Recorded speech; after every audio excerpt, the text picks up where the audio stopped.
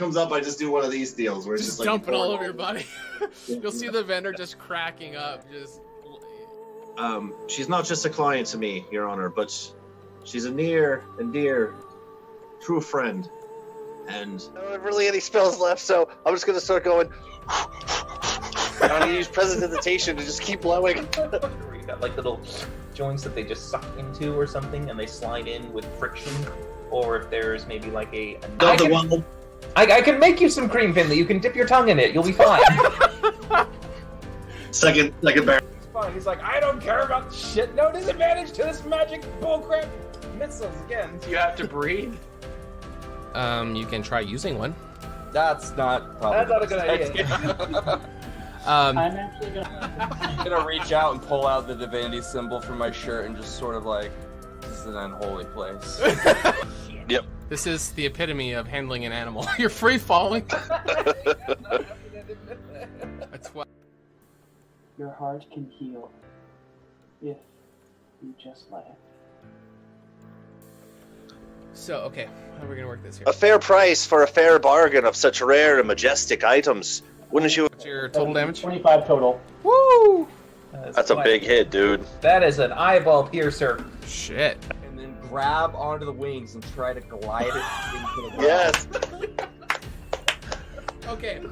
She'll slam her staff into the ground and she'll say, Caldivar, then I order you to arrest Cain in the name of the High Temple, and we will end all of session 0. So good job, guys. Well played.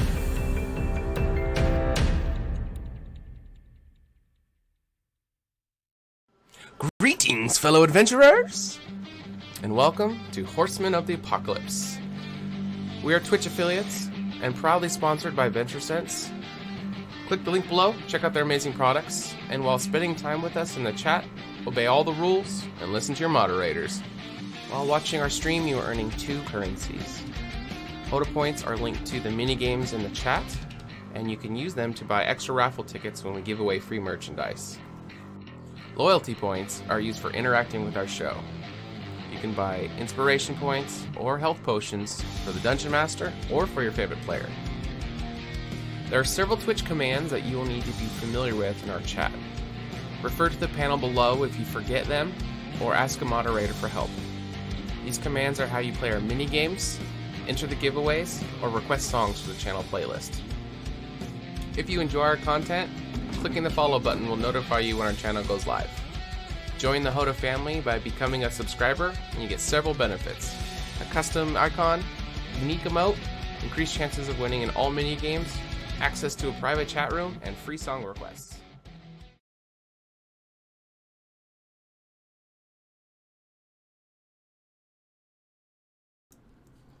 Test. Uh-oh, audio problems. Of course. 1 second. Sorry, guys. I can hear your test. Yeah, we can't hear you guys talking, though. What? None of us are talking. No, I mean, hold on. I think they'll probably hear us. No, it's not come through. Oh, we can hear it through you. That's why. Hello, welcome everybody. Sorry, we got audio issues. 1 second. I think I changed. Oh, I changed it when we did PvP. That's why.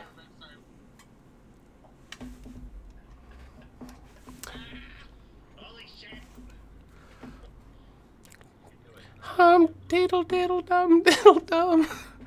All right. Audio desktop device. That is why. Right there. Air Force supply.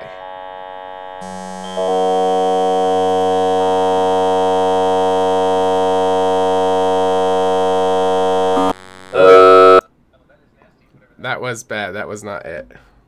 What the hell is going on here? Sorry, guys. Oh, I don't know why it's doing this. Why? We had to do the whole session. Oh. Hold on. I'm sorry. We'll get this figured out. Sorry, guys.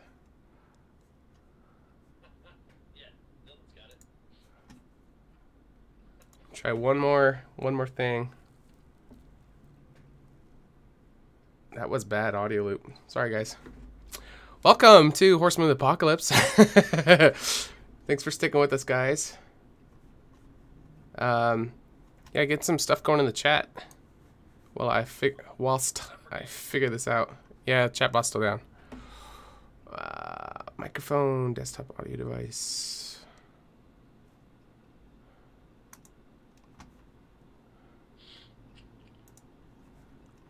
Okay. Hey, we're just gonna stop. Hey, sweet dilly dilly.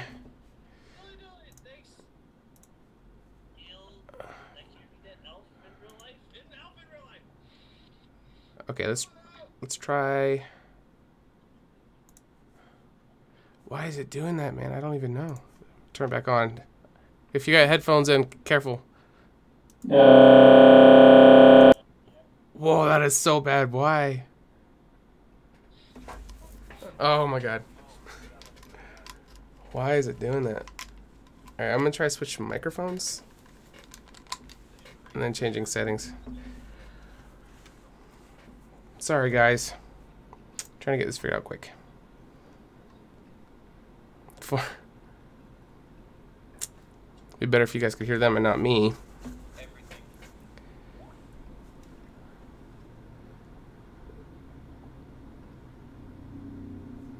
Oh, phone live. Okay.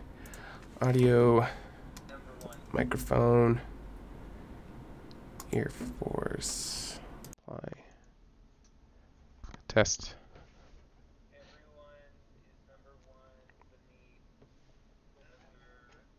Test. Smaller. Shit, why is it doing that?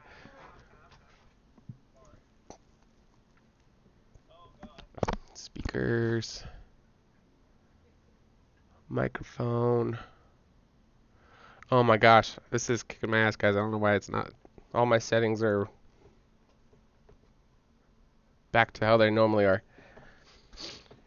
Nobody leave, please. We'll get this figured out. I'm sorry. Oh! Why is it doing this? Why?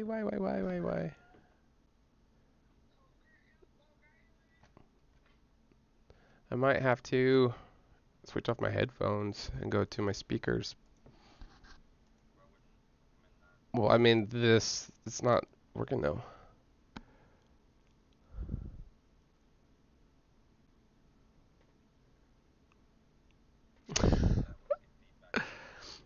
All right, I'm gonna shut the stream down and then I'm gonna pull it right back up.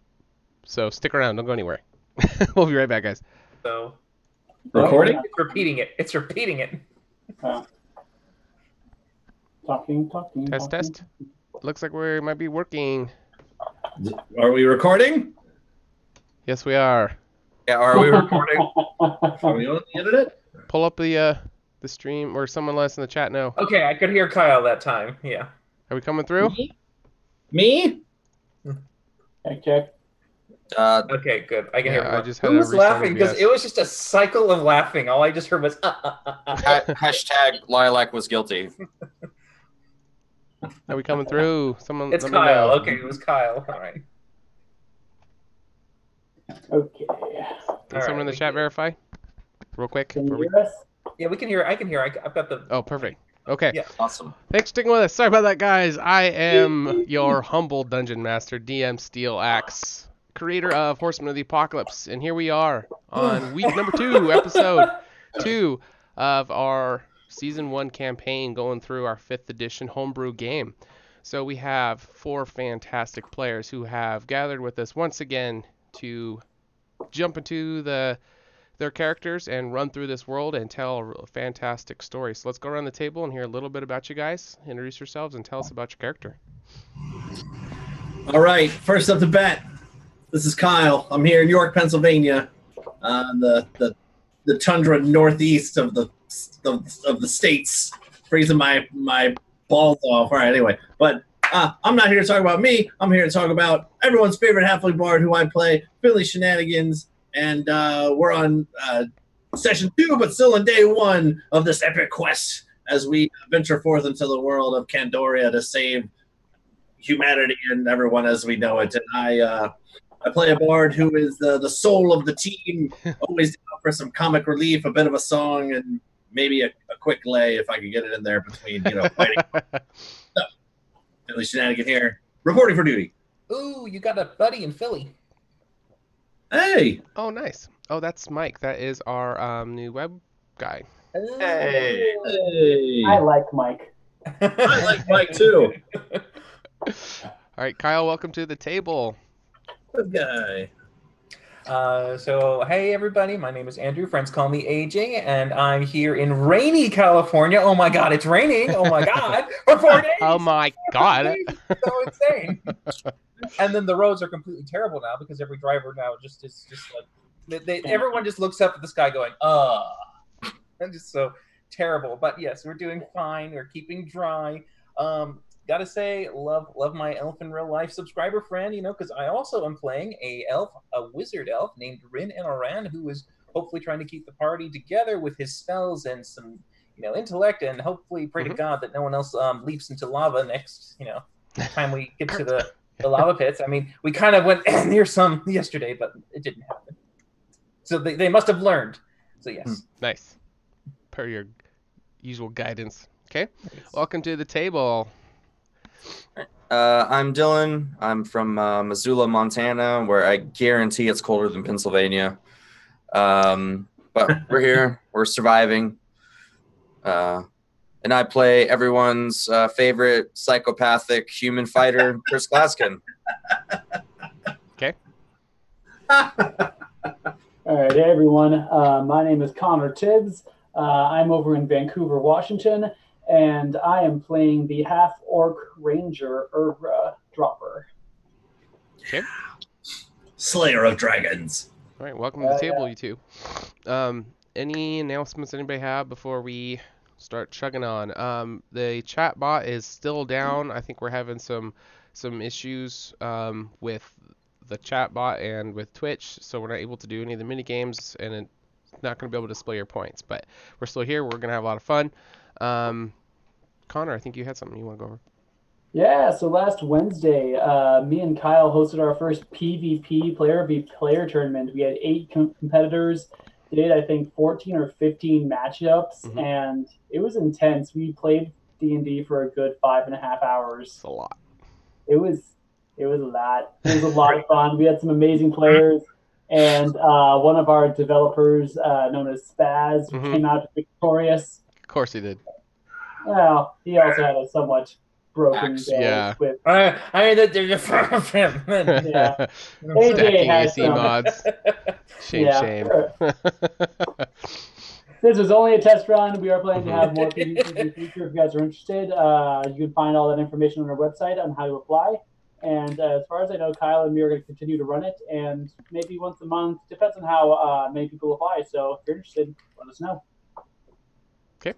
Yep, we're taking applications for season 2 as well. So season 2, talk show, the Red Dragon Inn, which might be getting renamed, but we're taking applications for that, and then also for our dev team. So yeah, shoot us. Check out our website, HotARPG.com. We have our sponsor, Dylan, if you want to plug them real fast, and then we'll get into it.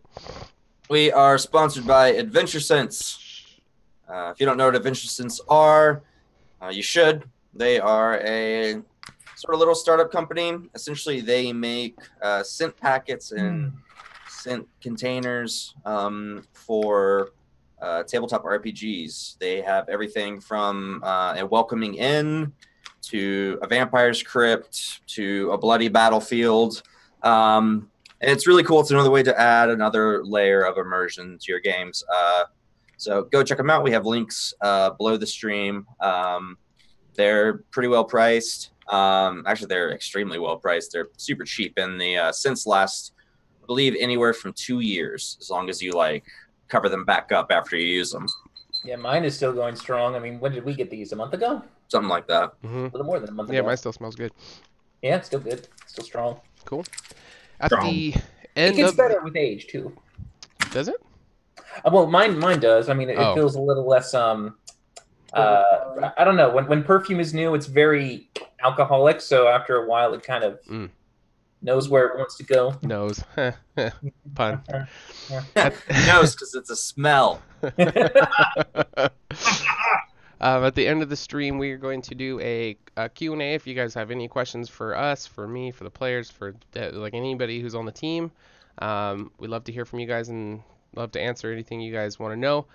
We will be doing a giveaway where we give away 10 HotA tokens.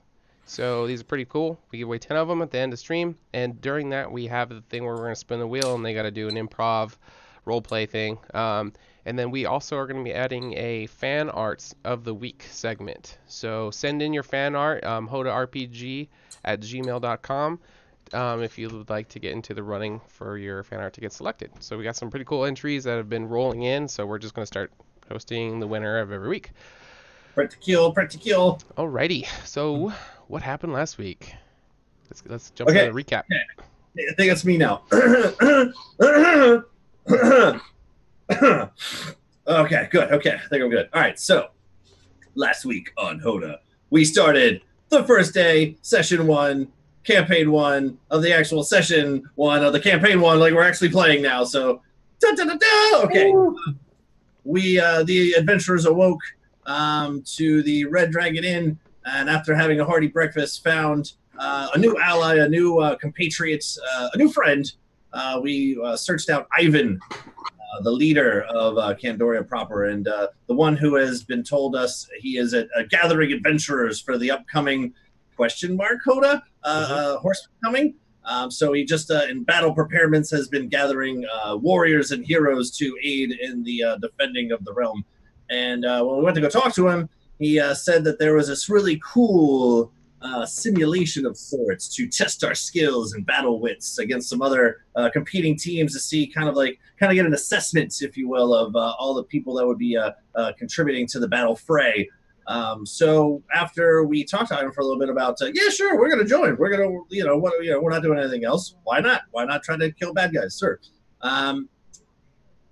Ivan, in his endless wisdom and quick hijinks of his own, decided to put our bard into a rather quick predicament to have a mini performance.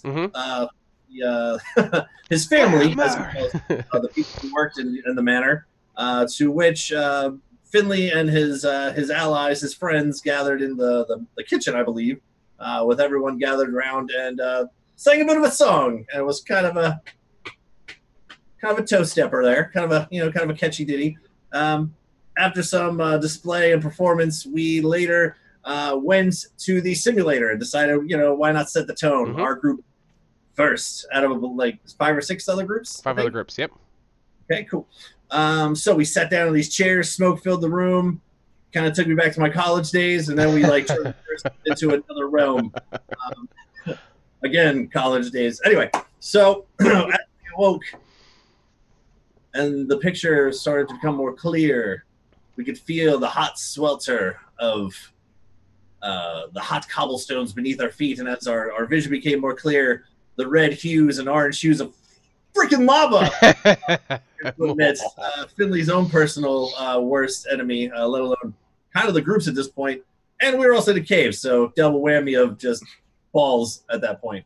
As we made our way across this decrepit bridge of sorts, we stumbled upon this lava island, and to our eyes did appear was a mighty ancient red dragon that was going to be our team's test of battlement. And as the green light go, as you were, our wizard turned. Kyle, speed it up. Yeah. Oh, I'm getting there. Hold on, almost done. The highlights. This is our first battle. Okay, I'm setting the tone. Okay, so our wizard turned himself into Superman. Kurtz did his thing and kind of got eaten, but was also killing at the same time. So it's really impressive. Okay. Finley turned himself into a dragon himself because holy shit, why not? And then Erdra with the final killing blow, new title, Dragon Slayer, and we came out to thunderous applause as people watched us on this big screen. Mm-hmm. That's kind of where we ended. So we're gonna pop back out and see what the rest of the day holds for team shenanigans. Name team We shenanigans. need All right. we need a better group name than You that. guys do need a group name Oh, still, gosh, yeah. so that is something you can think of. Finley and the Where's shenanigans. that until you think of something better? I just did it. From henceforth, we are hereby known as. Glamour. We are just glamour. Glamour. The capital G.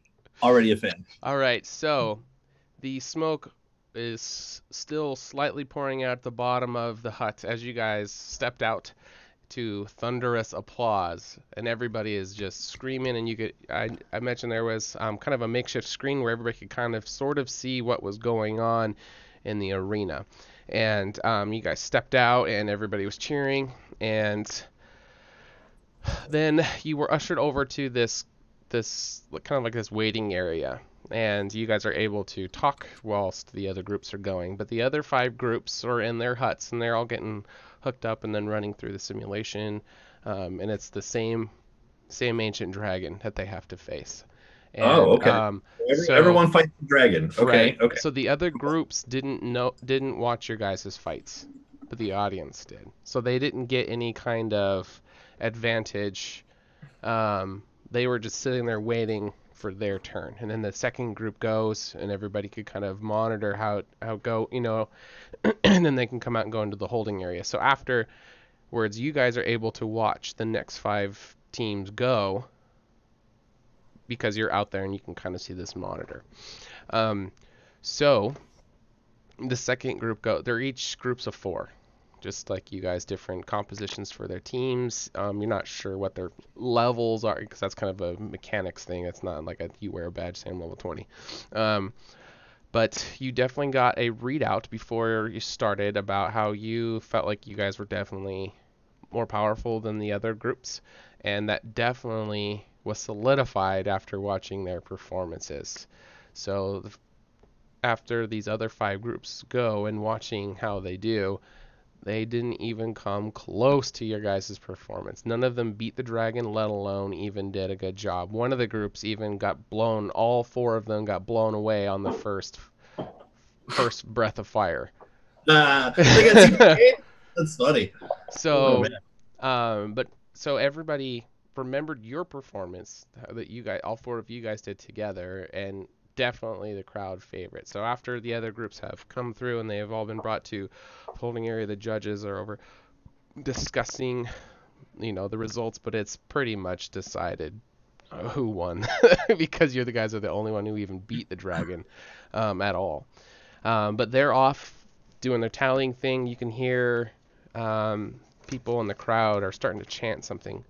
You don't really know what it is, but it's kind of like couple people here chanting something, and then more people are starting to do the same thing, and as it's getting louder and louder, you're starting to actually recognize what it is, and you hear white fang, white fang, white fang, white fang, and it just it's building and it's building and it's building, and then finally one of the Revenant instructors steps out and hushes the crowd and walks up front and announces that your guys' party is the winner of this evaluation, but it's not necessarily you guys win, it's that we all win. Like, we all have hope.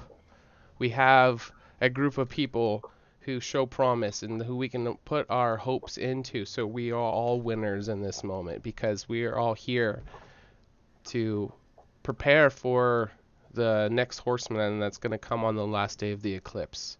And that today we are all winners. But the focus needs to be on you guys for doing such a good job in this. And the crowd starts yelling, white fang, white fang, white fang. Right. Kurt, you hear that? I think that's a pretty catchy name. I'm kind of liking it. They're talking about me, right? Like or is it like us? It's me, or is it us? No, it's me. Never mind. Pretty sure it's you. You turned into a giant white dragon. So, okay, right.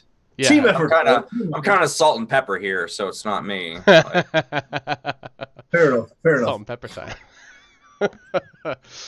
And you see somebody coming forward to present the prize, and you can see that they actually have 2 items of interest, and all 4 of you are brought forward on the stage. as the crowd is chanting White Fang, and so he is going to turn to the party but say, White Fang, would you like to step forward and receive the prize for the team?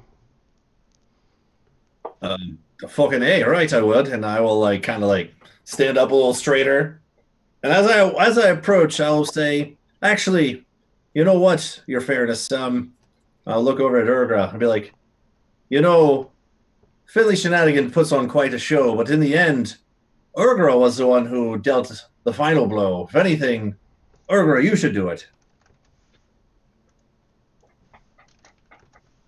So Urgra will. Urgra, you should do it. Yeah, she will stiffen up and look uncomfortable, but she will awkwardly and stiffly just walk forward to stand next to Finley. Okay, so you're both up there, because they already brought Finley up there. But the first thing they're going to do, which I just added to your journal, Finley, and I will switch screens so you guys can all see it. They're going to put on something around your neck, and it is something that this revenant magically has made. He's still like in the process of channeling magic into it, and then he's going to droop it around your neck, and it is this white metallic chain, and it has this what resembles would be like a fang from the white dragon that you were simulating being. Now, you weren't actually the dragon, this was all just a simulation, but he has been pouring in some magical properties into this necklace, and it now kind of it's cold to the touch, and if you look very closely, very, very small, you can kind of see magically little snow crystals are kind of floating around this fang. And he gave that, like, there's one for each of us, or No, just one? This was just something for you, for Like one your... thing. Yeah, so this was the first thing. And so he's going to put the necklace around your neck, Finley. And, Okay. And he says this is an honorary award that they're giving. This wasn't planned. This is something that the Revenant decided last minute to give you because of a crowd favorite performance. Does that make sense? So this was responsive to the crowd, and they're going to put it around your neck and going to say, so from henceforth, you guys are going to be accruing different adventuring nicknames as you go through. What you guys actually want to be called is completely up to you, but people are, as you gain renown, people are going to know you for these feats of whatever. So you're all going to be accruing these as you adventure through. Can Rin make an insight check to see if the guy just wanted to do that so we could get closer to the chest hair of the glamour bard, just a little closer? Sure. Yeah. Because I mean, Finley is Finley after all, and I mean that man's got the charms. Yeah, Hey man, it's your 20. We don't judge. You're just kind of caught up in the moment. You're really, really impressed with just how your team did. Everybody loving you guys. You're super proud of your friend for how he did, but just the team, it feels good to finally have. You guys have been dilly. We got a subscriber. Thank you. Hey, You guys have been through the ringer. You've just been through shitty situation after shitty situation. And this is the first time where you guys are like coming ahead, and you guys are the victors, and you guys are feeling like things are going up in the direction. So you're more distracted for that. You don't really notice what's going on with that. Dilly, we got another follow. Hey, Dilly, awesome. Wait, Cool, another thanks, one? Another one? A different one? Yeah, we Another got Psalm TV for this one too. Cool. We're Oh almost my to our gosh. goal. Woo. Our goal was to hit 200 before the end of January. We are Another one. so close to it. Don't play yourself, all right? So, let's see where we're at. Okay, so they put the necklace around you, and you're going to officially be given your first adventuring nickname, which is White Fang. So, Love it. if somebody, as these renowned things happen, you are able to pull on these stories or these awards or these trophies or whatever you're getting. If someone is aware of this, it can help you in persuasion and stuff like that. But they had to have been there and involved. And for instance, with this White Fang, if somebody was here and witnessed this, you can use that White Fang story to get advantage on a persuasion check. That's awesome. But they had to have been impressed with it. Otherwise, if they knew the moment and they say you beat them, it would make it harder to persuade them. Does that make sense? So these renowned moments will alter the course of the game but it's going to be very, very slight changes. It's not going to be major, but good moments to look forward to. So you got your first adventuring name, so that is the first prize.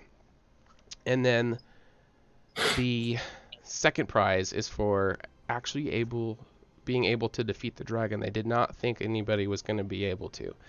They were still going to evaluate everyone's performance anyway, and give a ranking for establishing what jobs everybody was going to be doing when building the master plan for facing off to the fourth horseman.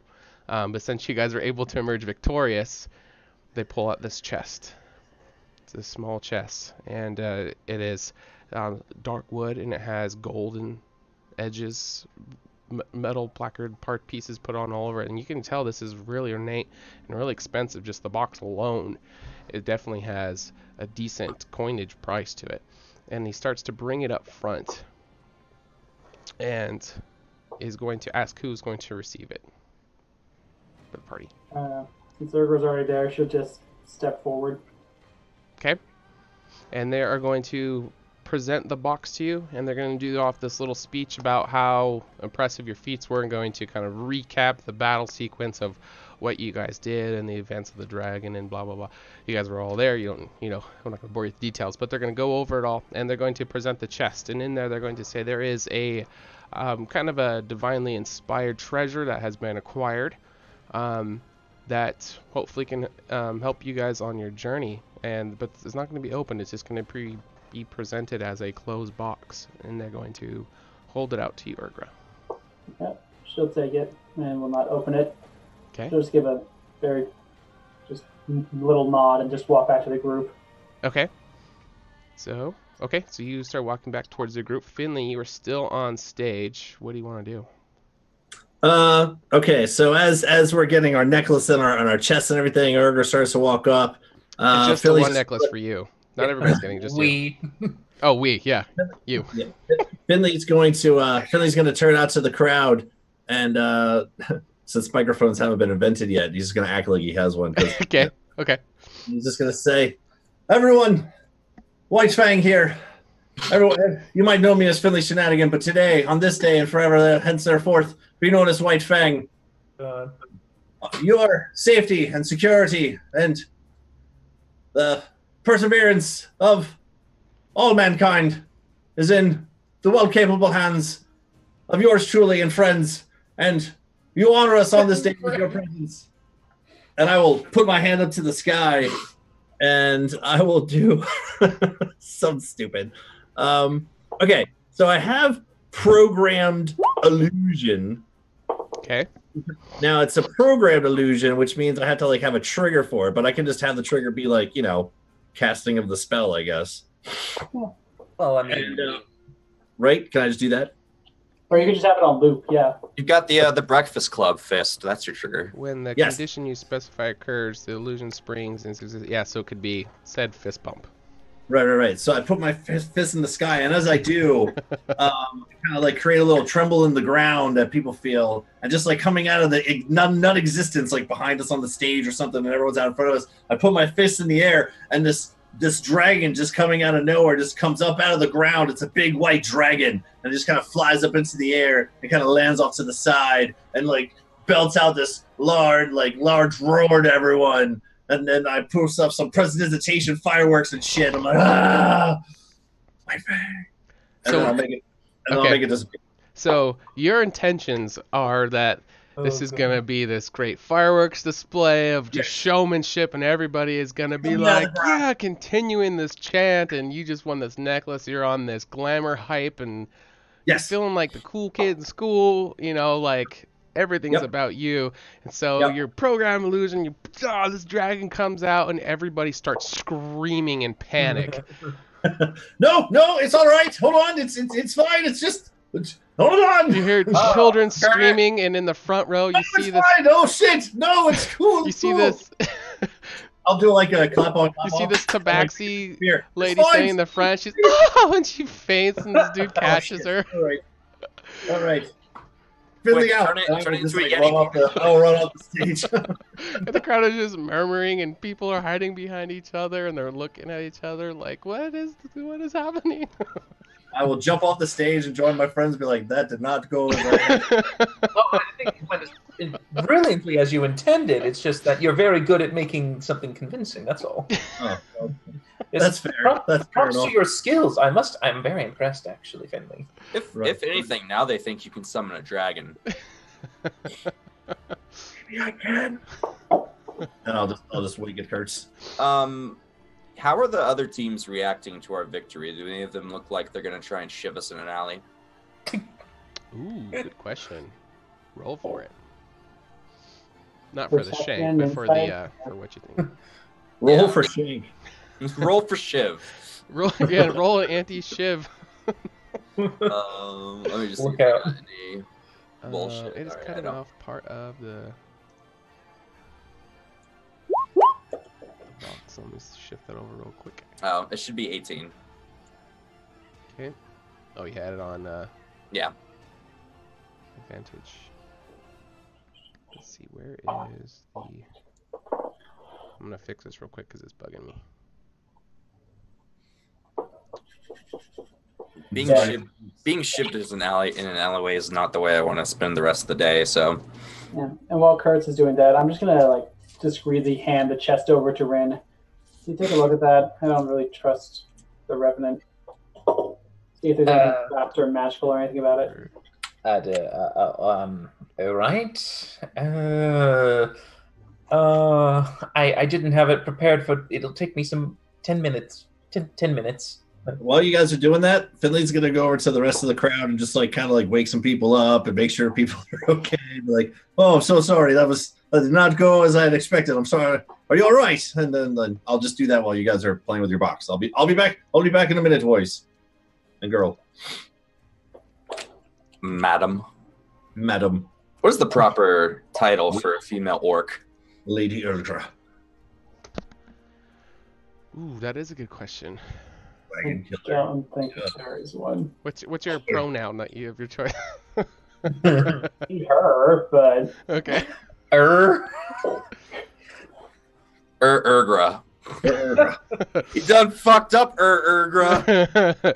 All right. So, what was your roll? 18. So the impression that you're getting from the other groups is more of they are happy for you guys that you were able to do it and very impressed with your performance. It doesn't seem like anybody is intimidated by the fact that you beat them. It's Shame. competitive. So I'm gonna feel bad when they die now. camaraderie. What's that? I'm gonna feel bad when they die now. Oh, Are yeah. you- Okay, gotcha. Can't even take down a fucking red dragon. I don't think they're gonna be able to stand against one of the horsemen. Well, I mean, Just the best voice. ancient red dragon's no slouch, though. I mean, yeah, but this is, apocalypse embodied. It's true. True. So just for clarification, that was simulated. You will not be able to become a dragon outside of this simulated environment. You're only going to be able to become creatures that you are familiar with, have seen or read about, or have some kind of knowledge about what they do, what they look like, their ability, stuff like that. But since we were in a simulated environment, let's have some fun, and that was some great moments. But just moving forward, that's some clarification. All right, Finley walked around to help fans. Cool. Yeah, so people are coming up wanting for autographs and stuff like that, and Ivan is there, and he is kind of off to the side, and he's waiting for you guys to kind of wrap up your fanfare thing. There's no sense of like urgency, but you can kind of tell he is watching you guys, and you got the kind of impression that he is wanting to speak with you guys, but he's not like, there's no look of urgency. He's just kind of watching. He's observing you guys and how you're reacting to everybody and stuff like that. yeah. And by the way, I handed the chest over to Rin, and he's ritual casting detect magic on it, just to make sure there's nothing funky about it. Yeah, I'm just looking down. Okay. Okay, so you're in possession of the chest right now? How'd that spell go again? One more time? What's the incantation for that? Yeah. I can't remember what I just did. No, There you go. I don't That think sounds that. right. I don't think that's what it was. Let's try one more time. Oh, no, he's- What? Let's see that in Why instant is this replay. part of my life? Every time I onomatopoeia, everyone expects me to repeat my onomatopoeia. It's onomatopoeia. It's spontaneous. Make up some bullshit Latin or something, Jesus. All right, so you It's have just this chest in front of you, and you're doing your magical spell, and you can definitely detect there is magical properties to the item that is within inside the chest. The chest itself just seems to be a fancy box, an expensive fancy box, but the item inside of it, and you are getting for the first time a true representation of divinity. Mm. So there's Oh. divinity influences that you have come into contact, but since the goddesses themselves and since Alundra, there hasn't been that you have come into contact like 100% pure divinity essence that you have been in contact. It's always been a diluted version or something that's kind of been deteriorated over time or a memory of it, but true 100% authentic divinity presence you are detecting from the inside of this. And this is going to do two things to you, Ren. First of all, it's going to make you super excited. Getting to be in the presence of something genuine of the goddesses. But the second fold, it's also going to fill you with hesitation and almost a slight fear. It's just so much of a good thing in a moment of all this. It's almost like, is this too good to be true? Is this a trap? The good, it's only goodness that comes from it, but it almost feels too good to be true, if that makes sense. So any negative feelings is not from the thing itself, it's from personal flaws reacting to 100% good. Does that make sense? Yes. With my exhilaration of emotions as I am caressing wood in my hands, can I just do a little peek? Can I peek? Can I take a peek? Yes, you can. Okay, fantastic. What Okay. do I see? You do a quick little boop, boop, and you notice a spherical blue object nestled in the center Shit. of these red silky drapes that are kind of sitting, that is the sphere is sitting on. It kind of has this glowing imbuedness inside of it, and it's about palm size. Okay. As I close it, I'm just gonna go. I'm gonna be like, it's just gonna look. We're Finley. I'm just gonna find him. Like Finley. Right, hold on. Finley. Right, I'll be right there. Hold on, and I'll No, help this. now, Finley, now. Okay, I'll help this lady up that I was helping up. Be like, sorry, madam. Okay, bye. And I'll go run back. Drop her. Just drop her back on the floor. Finley. I'll be right back. Finley. Oh God, Finley. What is so important, man? I have one of your balls. I have one of your balls in here. Your blue you balls. You mentioned the blue balls. I have a blue I ball. will check my pants at the mention of that. Just one. No, your story, your treasure. No, not those balls. The other ball, the big ball, the one ball. The one ball to rule them all. And I open up the chest for you to look inside to see a blue ball. It's Squirtle inside. It's your starter Pokemon. DM, does this remind me of a certain blue spherical ball I've seen before in my past in certain places that I've been looking? Okay, cool. And, Like, and in that moment, I think you know what to do. You know what to do. Yeah. I will close the box up real quick. Like, Oh. Is this it? Is this the blue ball? we found one. There's more than one. What do you mean there's more than one? There's a whole shit ton of these, but for right now, A shit ton? How much is a shit ton? I'll open it back up and look at it. It's science. That only works on me. What's Oh, a okay, shit that's ton? right. Science. How many's a shit ton, Finley? Finley, come on, tell me. Shit ton. How much? Just 50? 100? right now, like That's it? Finley's nipples are hard. The hair standing up on his arms and everything. Okay. Like his hair standing up. He's like, I can't believe it. This is. I'll open up one more time. This is really true. This is. I've been searching for so long just to hold one. This, like just one, like just like the babiest of little halfling tears. It doesn't go all the way down. but it just kind of balls up a little bit. Be like, If you wouldn't have said that, I was actually gonna say a single tear rolls down your cheek. just like kind of hangs out there for a moment. Be like, and you suck it back in. get back in there, tear. But it beat it up. Ugh. Kurtz will just kind of lean. A shit ton is 264 gallons. All right, well, maybe that's quite that much, but I did not expect that answer. On the equivalent, this is amazing. I can't believe I'm actually holding one. This is just when you hear so much about something and you believe it to be true, and then you search for it for so long, and then it's just myths and fairy tales, and then you actually hold one after so long, and it's real. What is it? What does it do? I'll close back up again. So I am going to... Maybe this isn't the best place to be discussing this. No, fuck no, it's not. Who has somewhere that this could be secure and private and locked away? I do. So this is on the stream. It's pulled up. I shared it with the with Finley. It's in your journals, so you can actually see and control it. Yes, Finley, I have a bag, a bottomless bag. Don't you have a bag of miniature holding that you could stuff it in, Finley? I don't think it's going to fit in there, will it? No. That's what she said, but try anyway. Spit on try it. Anyway. I will open up my little bag of snuff. I will try to... Nope, that's not going to... That was a good try, though. I have a larger version of that. Do you want me to put it in there? What's this process? I mean, I'm not going anywhere, Finley. I just want to hold it for just about a moment more. Hold on. Well, that's fine, I suppose. While they're freaking out over the ball, because I have no idea what it is and why it matters, I'm just going to go over to Ivan. Okay.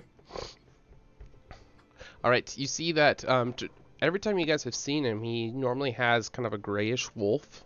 That's part of the cloak. This time he has one that's more of a tannish light brown, which is weird, but doesn't call that much attention. Every time you've seen him, he's had this gray one on, but now it's a brown one. Just fun fact, maybe something, may not be, but just a thing. And he is going to kind of go up to you, and you can hear him snort. And he's, well done. That was a very impressive display. Thank you. Yes, you never mentioned that you knew how to conjure a dragon before, or that anyone knew how to make one of those. How were you able to do that? Ivan? Oh, I thought you were talking to Finley. Okay, that makes sense. Okay. Okay. I was like, wait, what? Okay, we're good. So this is a project that we have been relentlessly working on. Puck, our tinkerer, and the Revenant have kind of been tirelessly putting mechanics and magic together to make this happen. And we have been brainstorming in our war council about ways to prepare for the upcoming Horsemen, and our imminent destruction is something that we are trying to avoid at all costs. And this was a brainchild that one of the instructors came up with, so we've been working, and I'm very pleased to see that it was able to come together. How was the process? Did it, from your guys' perception, how was it going through it? Painful. You said painful? Yes. Okay. It seemed real. I didn't feel as hesitant about it. I suppose it didn't seem as dangerous to me, though I was very confident. I mean, the other three, I suppose. Did it feel real to you, Ergra? You seemed to be in the distance, not wanting to approach it, despite you knowing it was illusion. Well, my abilities seem to work well enough, but I mean, I don't know, maybe that dragon, its terrifyingness seemed a little OP, I think is a term that the kids use nowadays. OP. I've heard that. I've heard that. What is that, orange peels? Outer Planes? What Overproductive? Overpowered. Okay. Overpopulation. Oh, okay. That's definitely not a problem in Kandori proper right now. Well, I must. But Go ahead. it just didn't seem as dire a situation for myself. But I mean, it felt real enough. Okay. We also knew it was coming, and we're told that we wouldn't be hurt in our real bodies. Mm. So that probably took away some of the fear. I mean, you say that, but it hurt a lot, actually. Yeah, when you were in there, you felt the pain and everything. When you come out, you weren't injured. Yeah. None of those spell slots were expended. None of those arrows were out of your quiver. You know what I mean? Like, but while in it, you felt and smelt everything. You have all those memories. I didn't feel a thing, honestly. Well, you didn't get bitten by a dragon. Well, it didn't even try to bite me. I went right at its feet. I thought it was pretty fucking cool. I've never been in something like that before. I mean, I've tripped balls before, but never to that extent. So no, that was pretty cool. I enjoyed it. It takes an immense amount of power, and we only had enough for six iterations, and there was the 6 groups. There were other adventurers who were wanting to go through this as well, but the resources to power up this device, that was every iteration that we could do. But if we are able to gather more of these resources up, and you guys would like to try to get some more practice or anything you guys would like to do, we might be able to do another iteration or 2 between now and when we prepare for the final battle. If this is something that will help you guys or something you need, just let us know. But these are very rare, hard to obtain resources. But we can try to make it happen if it is something that is beneficial. I would love to get the notes that you have and all the details regarding creating that dragon illusion. I don't know, recreation, whatever you call it.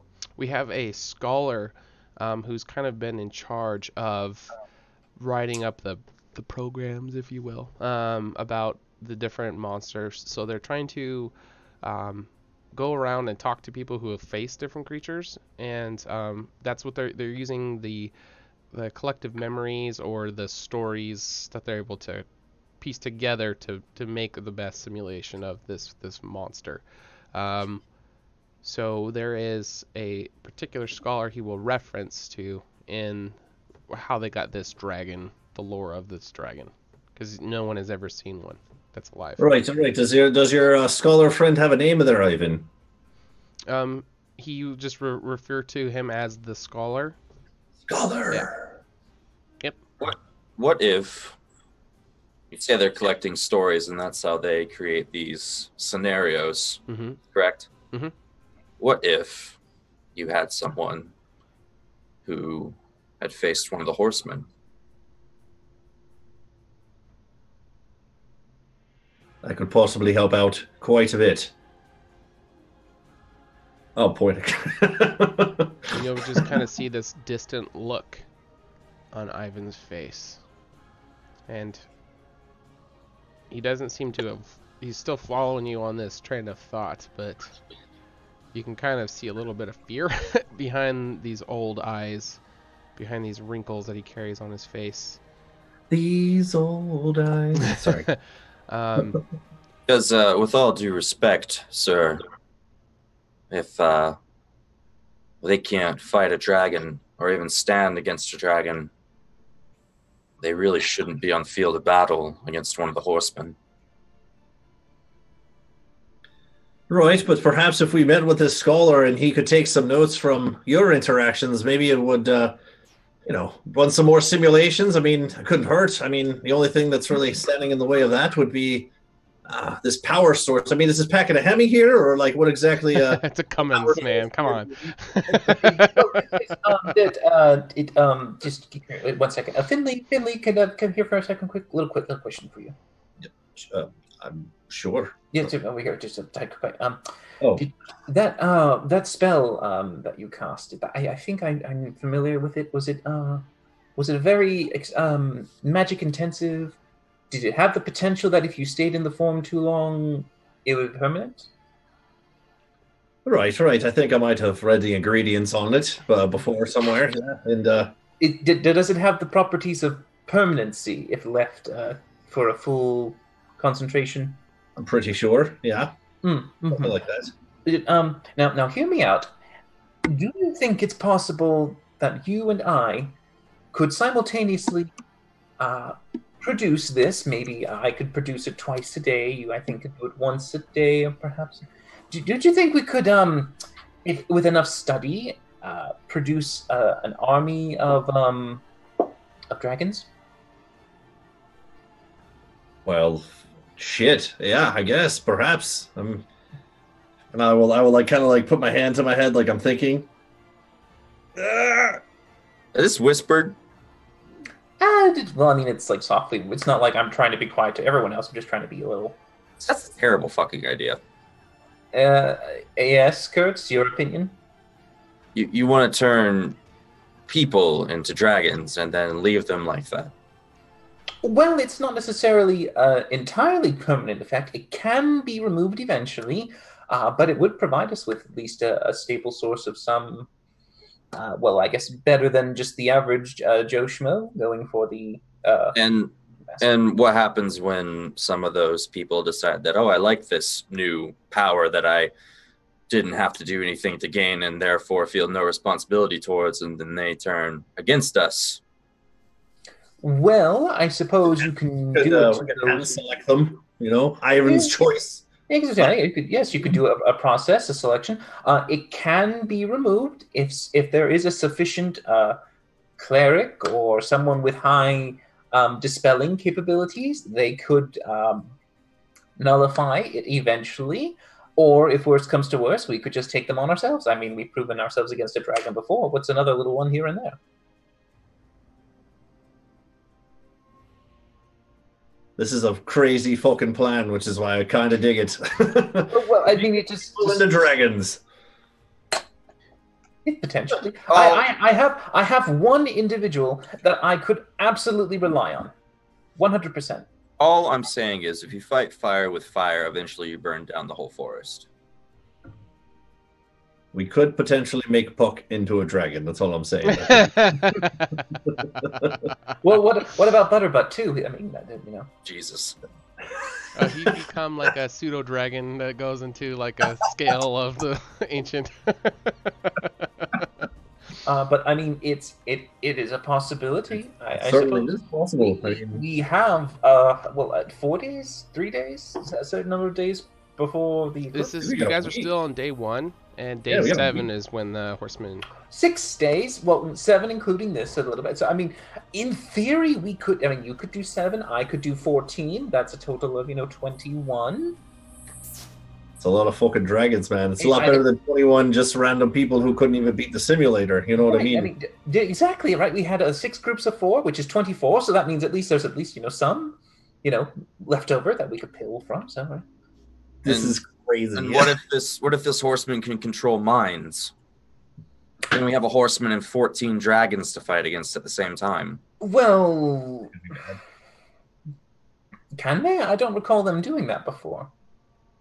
Horseman has completely unique powers that we are unable to predict until they use them. Well, I can only guarantee one person to not fall under that, and that will be myself. I cannot guarantee it for the rest. What do you mean you can't fall to their powers? What are you referring to? Can you make your microphone a little closer, Connor? I can remove my conscience from the realm of detection. Outside the realm of influence. That makes no sense, but... your mic is now muted. We can't hear anything. Yes. No, nothing. That's like... Oh, wait. Say something. Test. Yes. It's really quiet, but I can hear you. That's like a last case scenario. No, it ruined it again. Whatever you did. We can't hear you anymore. I'll just nod when you're coming through. You guys can keep talking. I heard that. I heard that. Just yell. Yeah, just talk loud to activate it. Okay. Son of a bitch! Yes. No, I can make my mind a blank. It's It's called a Finley spell. I've heard of it before. Cast it on myself all the time. Just right out of there. Listen, I'm not all that opposed to it, to be quite honest with you. I mean, I see both sides of the coin here. I mean, having some dragons on our side to fight a horseman, not so bad. But again, having some horsemen with some dragons on his side, that's not the best case scenario for victory either. A lot to weigh in on that. But I was just saying, maybe we propose this to Ivan? He's right here. Well, I don't know if you heard any of that. No, you kind of pulled to the side, Right, so exactly. I was giving you the respect if he doesn't. So- he didn't so- hear any so- of that. So should we share the plan with Ivan? The one run by? Ivan, come over here for a moment, please. Yes, what is it, my friend? Finley, Urgra, and Kurtz and I all have come up with an interesting proposition. No. They came up with the idea, and I am the messenger. Oh, no. It's a group idea. No, it's not. Well, at least it's a Finley and I effort. We can do it. Those two are not very magically attuned, but that's fine.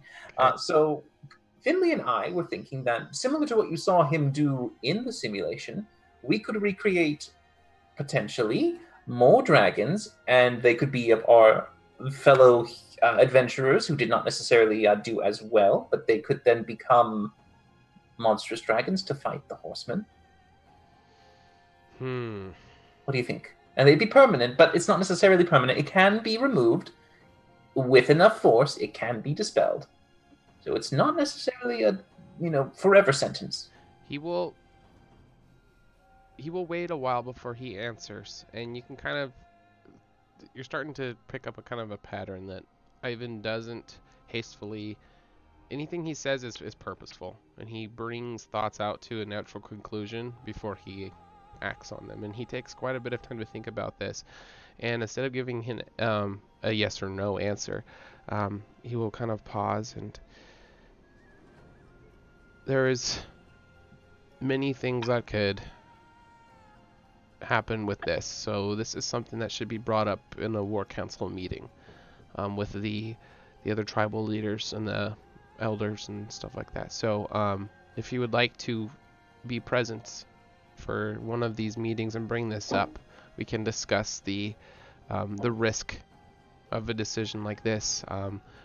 We're being very methodical with all of our planned actions against this upcoming horseman, and we want to make sure that we do the least amount of collateral damage to our people and to our cities and to our crops and everything, because they have all endured so much destruction from these creatures.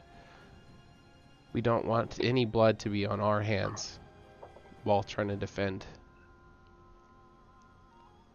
All right. Well, true enough. I mean, but it was a thought, and it's just, if we do make it, we probably should do it sooner than later because we only have so much time. But you gather them, and you talk to them, and you bring about some thoughts and concerns, and then we can address them later. Okay. Out of curiosity, when is the next War Council meeting? In a couple days.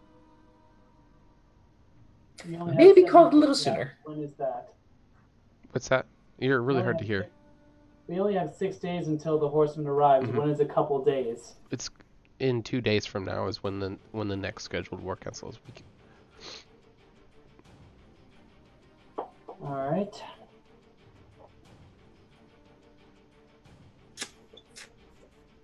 All right, so in the meantime, our options are to drink as much as possible and wait for our inevitable death.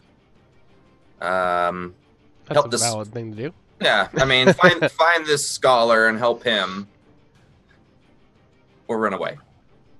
But we could also, if it's possible, look for that resource that allows them to do these simulations, so we could possibly do a few more of them.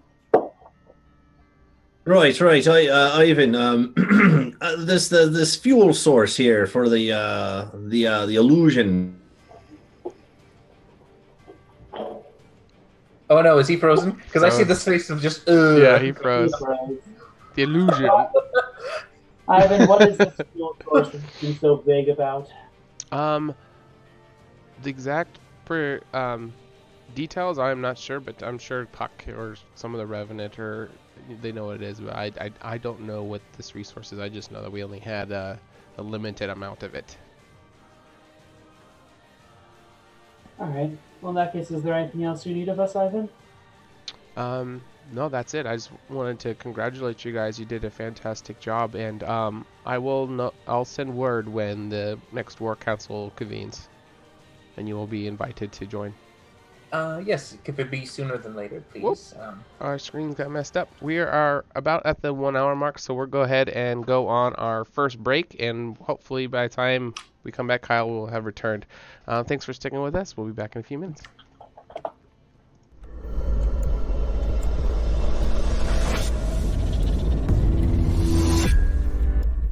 It comes up, I just do one of these deals where it's just like jumping all over your body. You'll see the vendor just cracking up.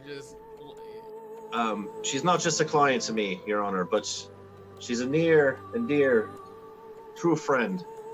And I don't have really any spells left, so I'm just gonna start going. I'm gonna use prestidigitation to just keep blowing. You got like little joints that they just suck into or something, and they slide in with friction. Or if there's maybe like I can make you some cream, Finley. You can dip your tongue in it. You'll be fine. second bear. He's fine. He's like, I don't care about the shit. No disadvantage to this magic bullcrap. Missiles again. You have to breathe. You can try using one. That's not probably. That's not a good idea. I'm actually gonna reach out and pull out the divinity symbol from my shirt and just sort of like, this is an unholy place. Yep. This is the epitome of handling an animal. You're free falling. That's what.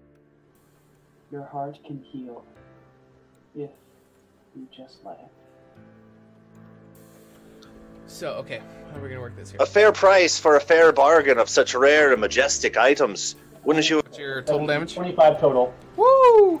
That's a big hit, dude. That is an eyeball piercer. Shit. And then grab onto the wings and try to glide it into the ground. Yes. Okay. She'll slam her staff into the ground and she'll say, Caldivar, then I order you to arrest Cain in the name of the High Temple, and we will end all of session 0. So good job, guys. Well played.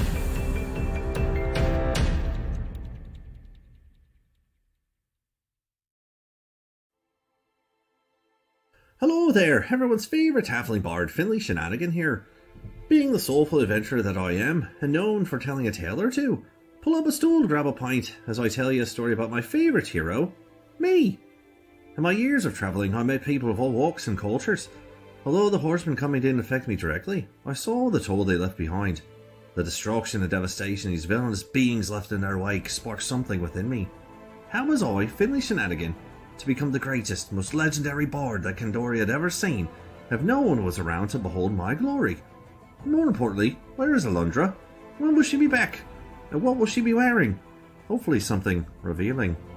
Anywho, setting on my journey, I shared my glamour with those who had never witnessed such pure, unadulterated excellence before. My legacy was to replace their despair and unite the people for the war yet to come. In the end of the day, everyone can be a hero. Everyone has a little adventure inside of them. And if you don't, would you like one?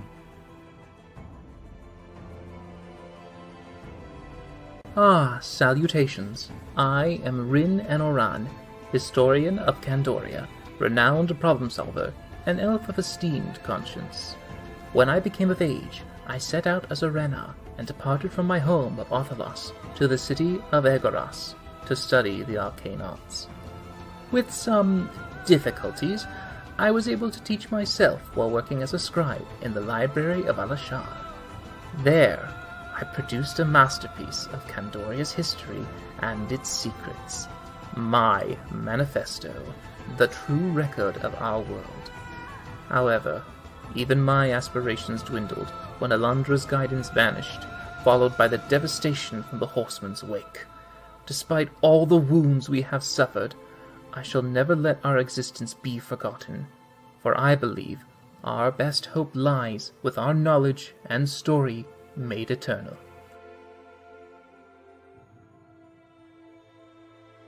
My name is Kurt Glaskin, and I have lost everything that I've loved in this world. My daughters, my wife, my friends, all of them dead to the Horsemen. And now I have a chance to redeem myself. to protect my friends, to lead humanity into a new age of light and hope. Alundra abandoned us. The goddesses abandoned us and left us with these monsters. And I want to take everything from them that they've taken from us. I live in a world of blood and hatred and violence, and so I will become that violence. I will be that hatred, and I will be exactly what we need. A sword against the darkness.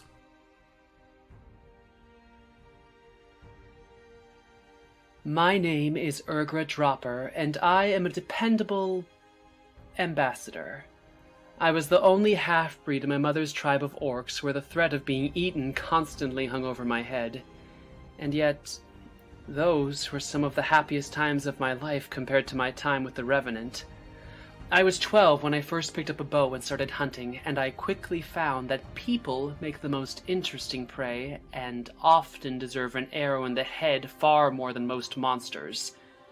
Magic and even the Three Sisters were always something weird and sinister to me.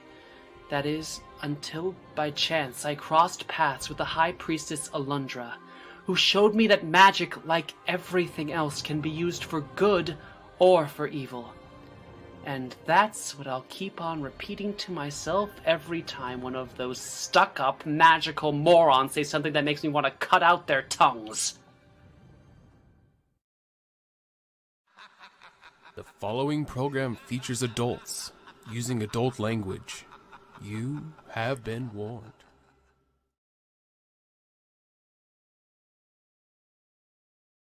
Dylan, are you doing it? Are you timing it? No. We are back, and Kyle has rejoined us. Yay! Yay! He lost power in his house, so but we have reconnected. All right, thanks for sticking with us, guys. Hope you enjoyed those little videos.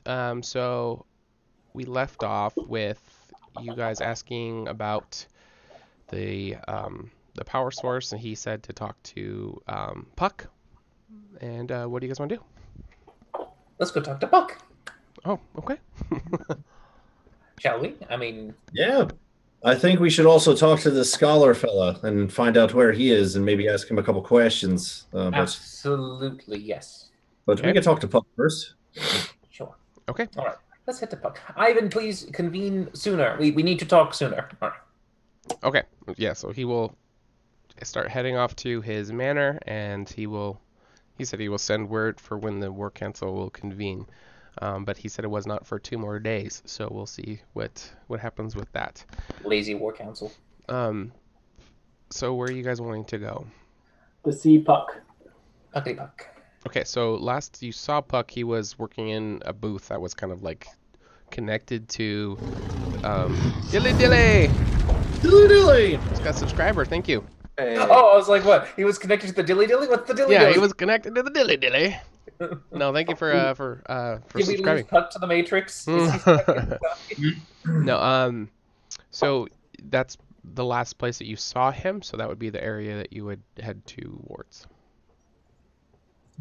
Yeah, I mean, fuck it. Okay. Yeah. Okay, so when you get over to the booth that he was in, kind of like the control panel area for these different huts, you notice he's not in there anymore, but there is a very, very young human. He looks to be probably a wizard initiate in the Revenant program. You kind of see him shutting some stuff down and pulling some stuff out of a drawer and kind of messing with some things. But he's I recognize him. What's that? Do I recognize him? Personally, no. But Okay. you do recognize him as 100%. He looks like an initiative. Okay. All right, so he might not know me then. You. Yes? Oh, hello. Oh, you guys did a great job. I Thank loved you. watching you. White Fang in the house. Hello, how Can are I you? have your autograph? If that's not, Fuck if yeah, that's of okay course to you can. ask. Yeah, no. And he will look around. There's nothing to sign, so he'll just kind of like hold his arm out and. Yeah, fine. Yeah, all right. Young man, we're looking for Puck. Do you know where we can find him? And they'll just kind of like completely ignore you. He's just like, you know, completely entranced with the fact he's getting a I signature. palm his entire head and turn towards me. And you'll kind of see like all the joy just sap from him. I don't know. I haven't seen him. Please don't hurt me. Are you the scholar? The scholar? Oh heavens no! I'm just a lowly initiate. I've been instructed to kind of shut this down. That's all I've been doing. Do you know where the scholar is? Do you know his name? He looks like. Yeah, I've seen him before. He does something with the mechanism. I'm so sorry. I wish I could tell you more. Are you still holding on to his head? Boy. You wish you could tell us more, or you're not going to tell us more? How old is this guy? I can't tell. He's a younger kid, teens. Oh, Jesus. My time to shine, boys. Wait, what are you saying there, Kurt? So, just going to put a hand on his shoulder, like, so you're going to tell us where to find him, what he looks like, everything you know. Do I make myself clear? Yes, sir. Okay. Now let's start with the first thing. What's his name? His proper name I don't know. Are you doing intimidation? Yeah, I might as well. Okay. Yes. Kurt, the forever vinegar catches more flies technique. Admiral 4. Go with the Heart of Darkness and then Count it in there.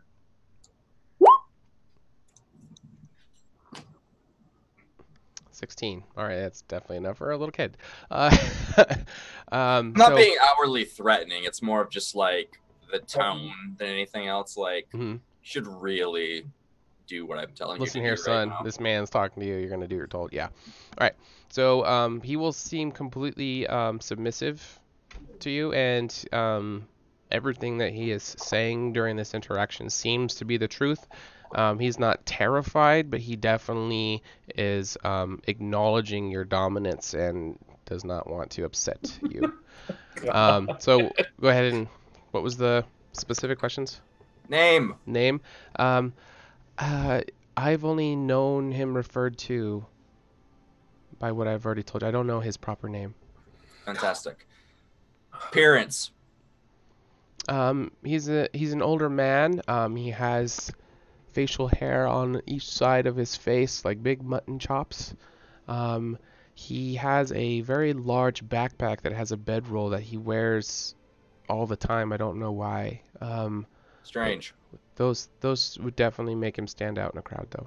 Does this ring a bell to Rin? Has Rin ever seen this man before in all of his years? Yeah, so I don't know if you've actually met him, but being an information gatherer and this guy being an information gatherer, you would definitely have heard of this, and this would check out from what you would know. Is this fucker a competitor? Possibly. Ooh. Okay. Where is the best place to find this guy? He is currently out of town. He travels immensely. He set up the programs, and then there was some journey he was going to take. I don't know where that took him, but all I know is he's not here unless the information I have is wrong. But as far as I know, he went on that journey. Okay. Last question. What powers the machine? I don't know. Is this scholar person, is he human? Yes, he's human. Oh, you know him? Oh, well, run along, child. Yeah, he's human. I know enough of what it is. It's a revenant. A revenant is going to be a human. They're always racist enough in that aspect. I've been instructed to continue shutting this machine down. Do I have permission to? Right. No, you're fine, lad. And by the way, what is your name here? I didn't get a chance to actually say like biggest fan here. What's your name? And he'll kind of just doe eyes staring at you, and he'll actually just run off. He'll take off and run off in the other direction. All right. No, come back. What a shame. I'll pin on that then. All right. Okay, you're gonna stop him? Yeah, I'll be like, come back, and I'll just kind of Okay, he'll hand stop. on his shoulders and like steer him to Finley and like have your little have your time. Right. Come on. We're not done with this. I don't understand what I've done wrong. Nothing. You're meeting your idol. Come on. They I'll say step not to outside. meet your heroes. I guess they were right. Quick with the name there, lad. Quick, here we go. I gotta be honest with you, White Fang. I don't want your autograph anymore. Well, that's just insulting. I will wipe that shit off. All right, fine. He's spitting on his arm. You don't need it then. Fine. Get the fuck out of here. You weren't the heroes I thought you were, and he'll start to cry, and he'll run off in the other direction. Oh, brilliant. He was a little bitch, wasn't he there? All right, well. He will not survive the next week. He was a child. He was no more than, what, 16, 15? That's what we're fighting for here, everyone. Just remember that. Let's assume There we go. Oh. Right, well. Listen, Rin, the last guy intimidated, I hit him in the back of the head with a manicore tail. This kid got off easy, all right? Maybe you should just lean a little further away from your intimidatees. Maybe lessen the blow. I did nothing to him. I didn't even hit him. You spit on a child. You looked at him, Kurtz. That's enough. All right. While all this is happening, Urga's going to walk outside and start can she do a survival check to try and track Puck's little halfling feet? Or is he goblin? Goblin or halfling? I forget. He's just a human. He's a gnome, isn't he? He's a gnome, yeah. Gnome, that's what it is. That's okay. Yeah. You should have gnome that. Pun.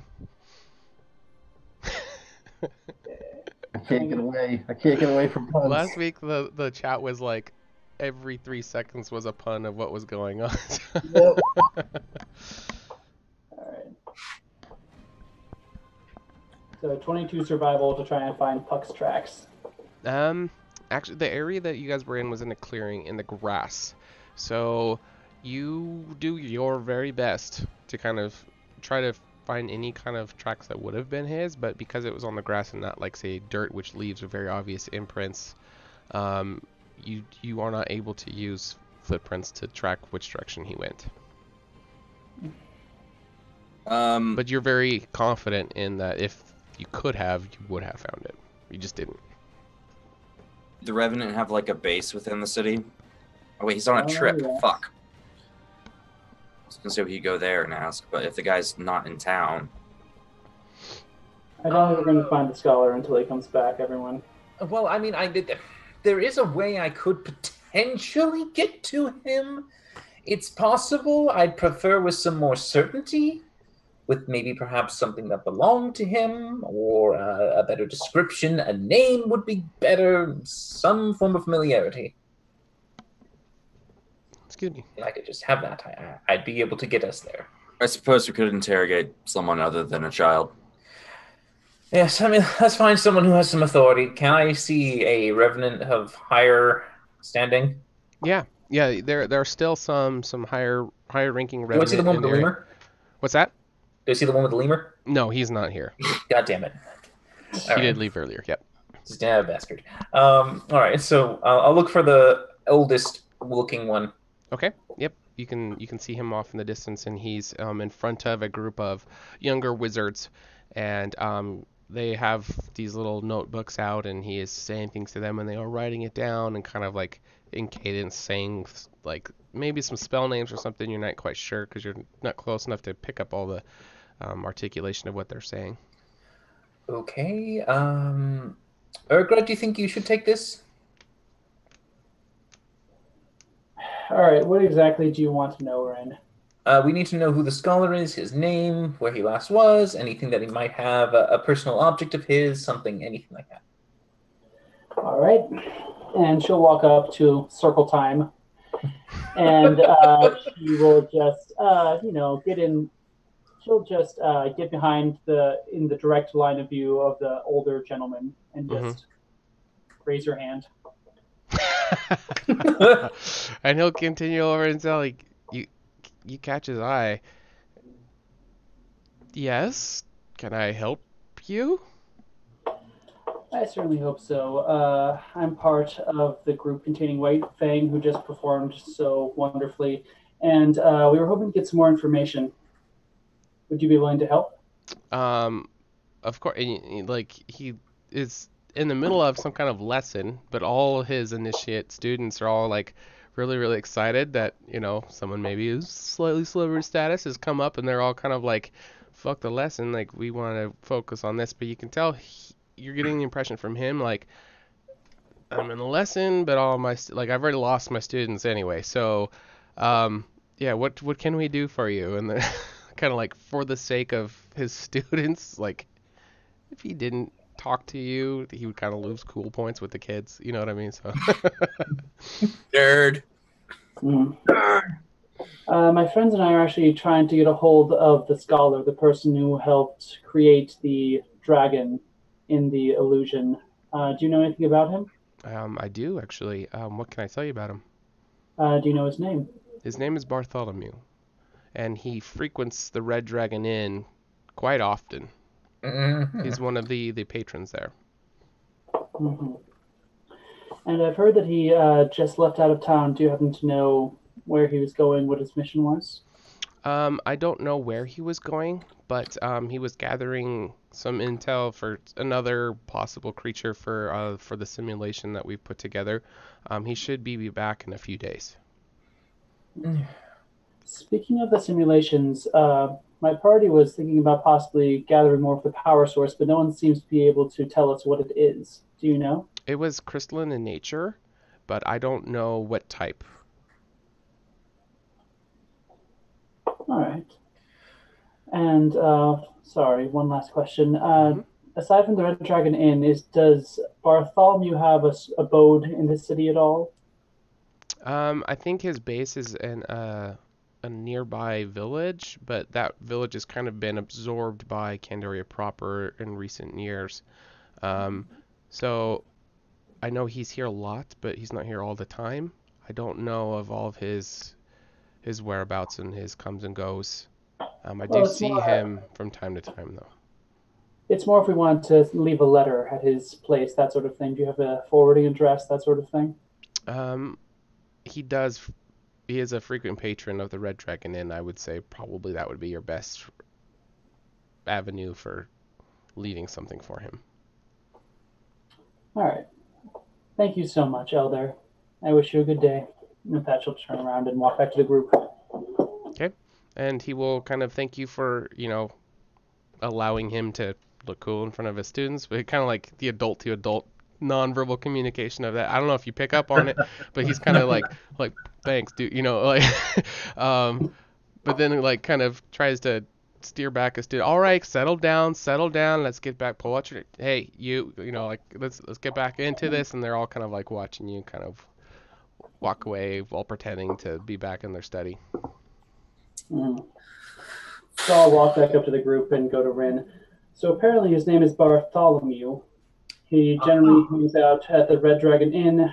I was trying to get some sort of home address so you could possibly find something that belongs to him, but that was a dead end.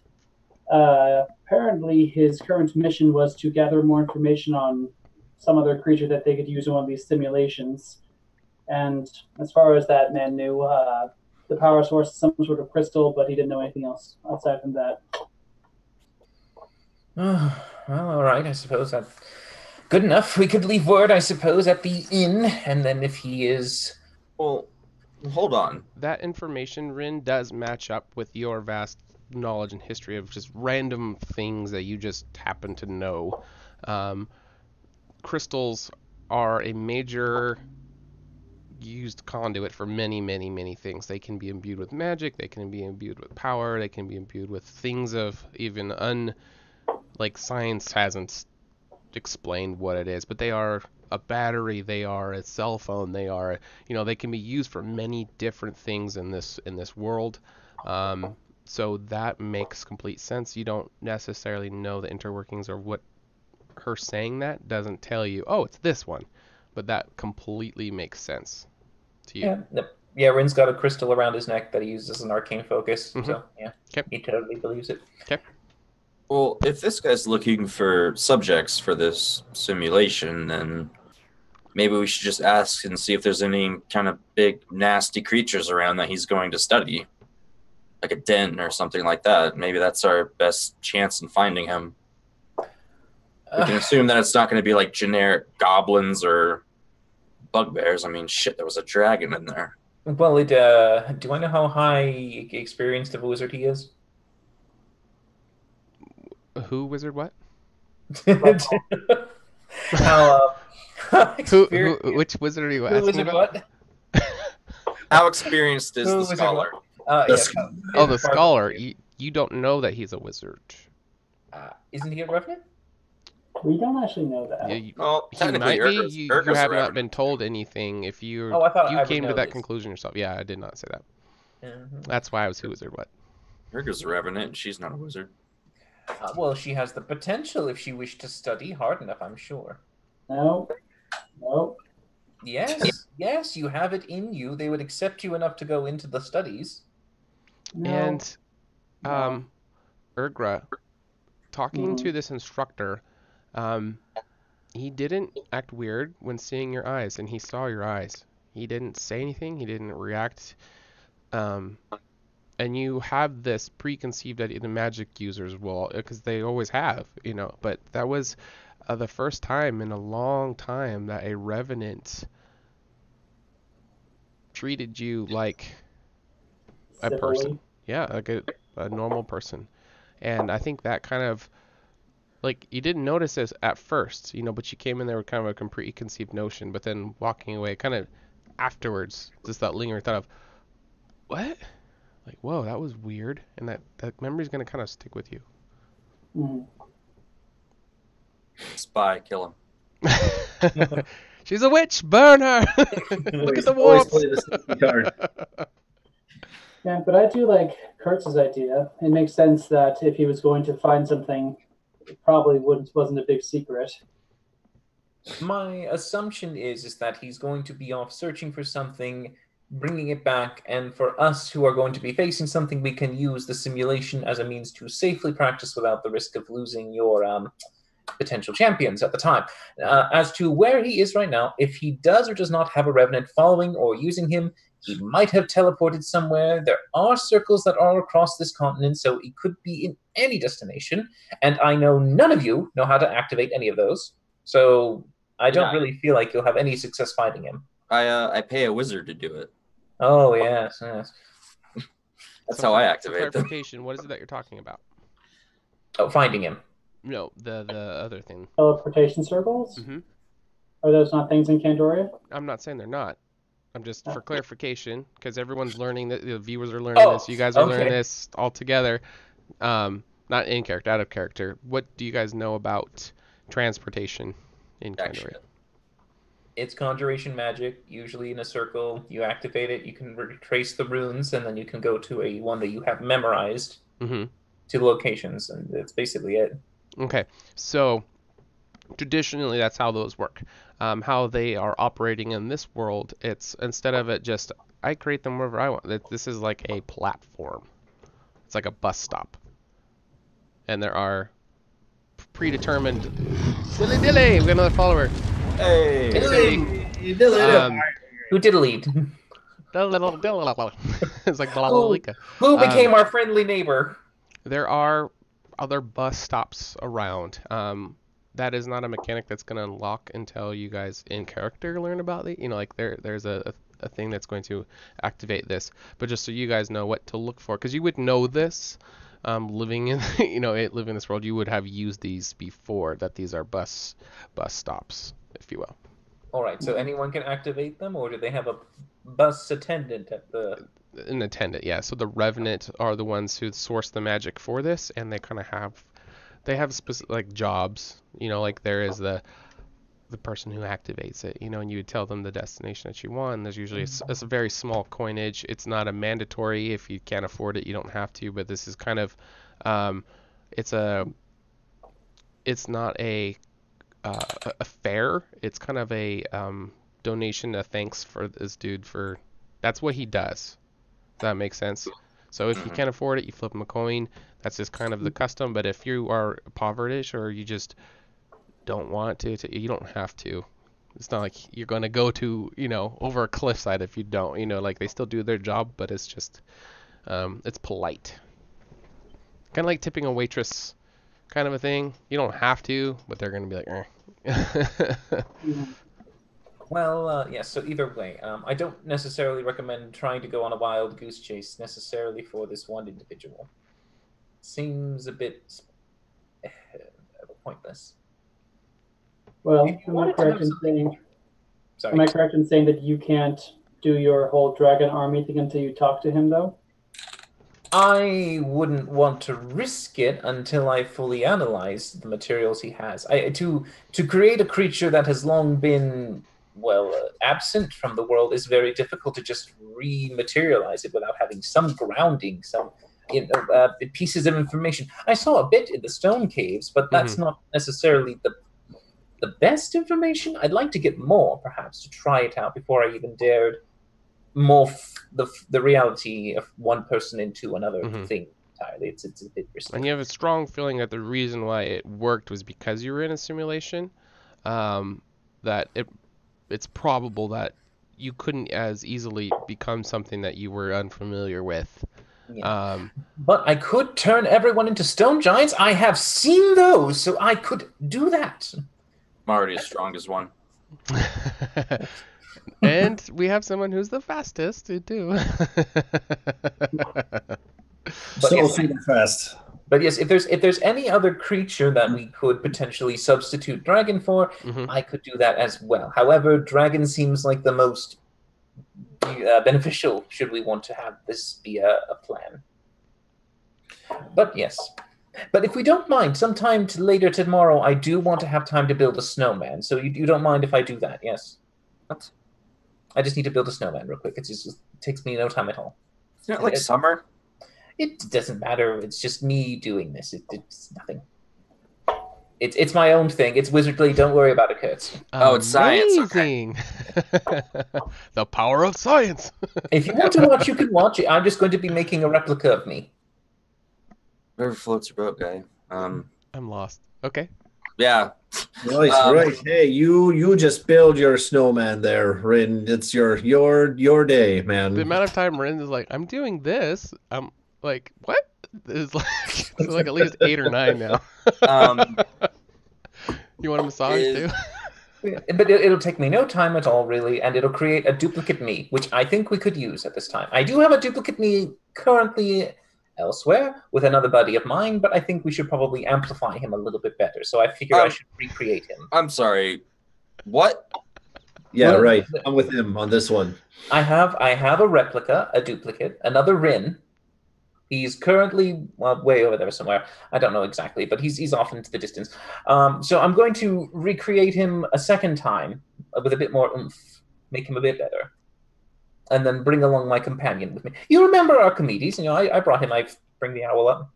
Right. That one, that I actually know reference to what the fuck you're talking about. But what do you mean? There's more than one of you, or you're like triplets or something? I was an only child. I don't understand how this works. It's a duplicate. It's not a clone, but it's a second me. It's a copy. Why would we want more of you running around? I'm with her. Yeah, right. Why wouldn't you want more of me running around? I was immune to dragon fire. Don't you want a second person who's immune to dragon fire? But what if the other you kills you? He won't kill me. He's friendly to me. He's absolutely suicide, or is it murder? We are dilly. We got another follower. Thank you. Hey. We are 100% compatible with each other. We are two peas in a pod. There's no qualm, no hatred to either one of us. So would that be incest or masturbation? Well, considering he's not a brother, but a duplicate, and the duplicate isn't real, it is illusion, it is more of like you playing with yourself in a fantasy that's just made slightly real. Right. I am going to go try and talk to Lilash because she owes me a favor. Ooh, okay. So Lilash, from the last you heard, was taken away to swear herself in, but they also mentioned not just the swearing in. There's going to be a set of instruction that she must go through, and you would kind of actually know this, Kurtz, because of your relationship with, well, you know why.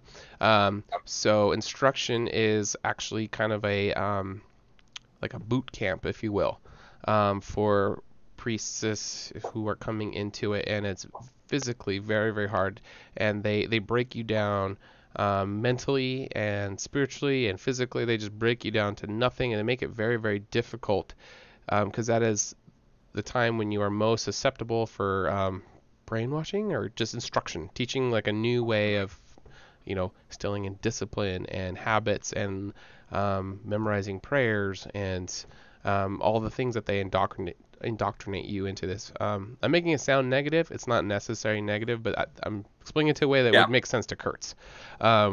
So this is a bit of a process, and it's usually at an undisclosed location. It changes from time to time. There are sites that get used more frequently, but it's kind of like different basic trainings, if you will.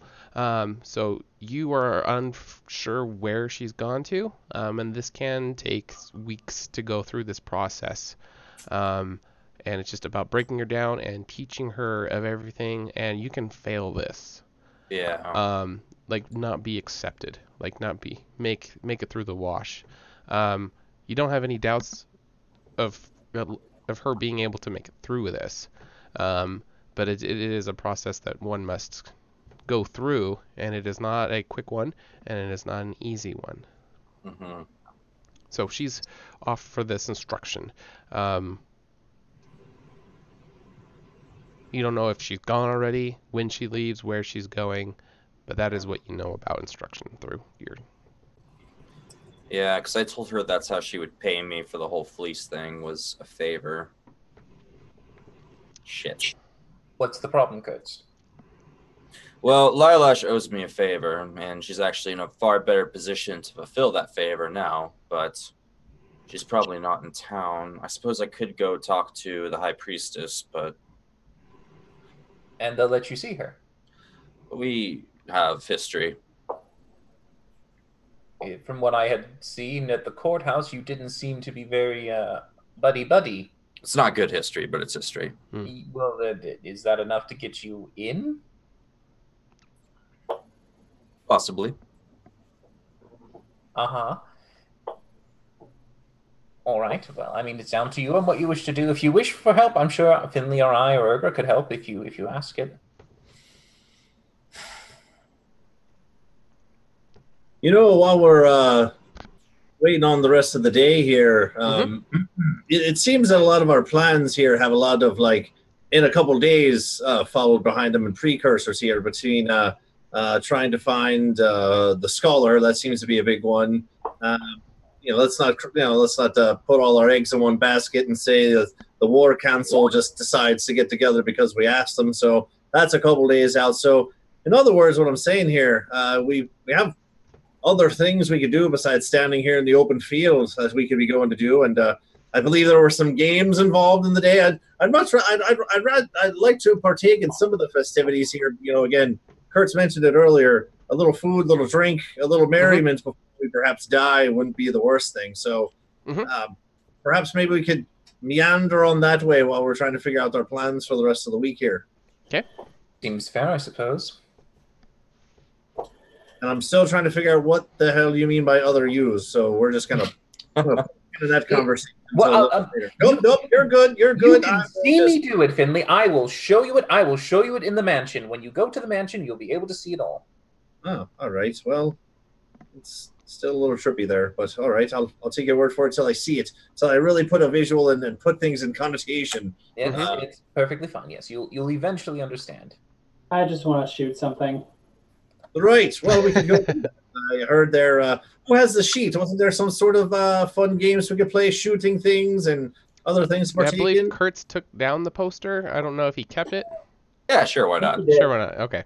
You know that there was going to be arm wrestling. This was later in the day, but it is now, it took a while to go through that, so you're assuming that these booths are up and running now.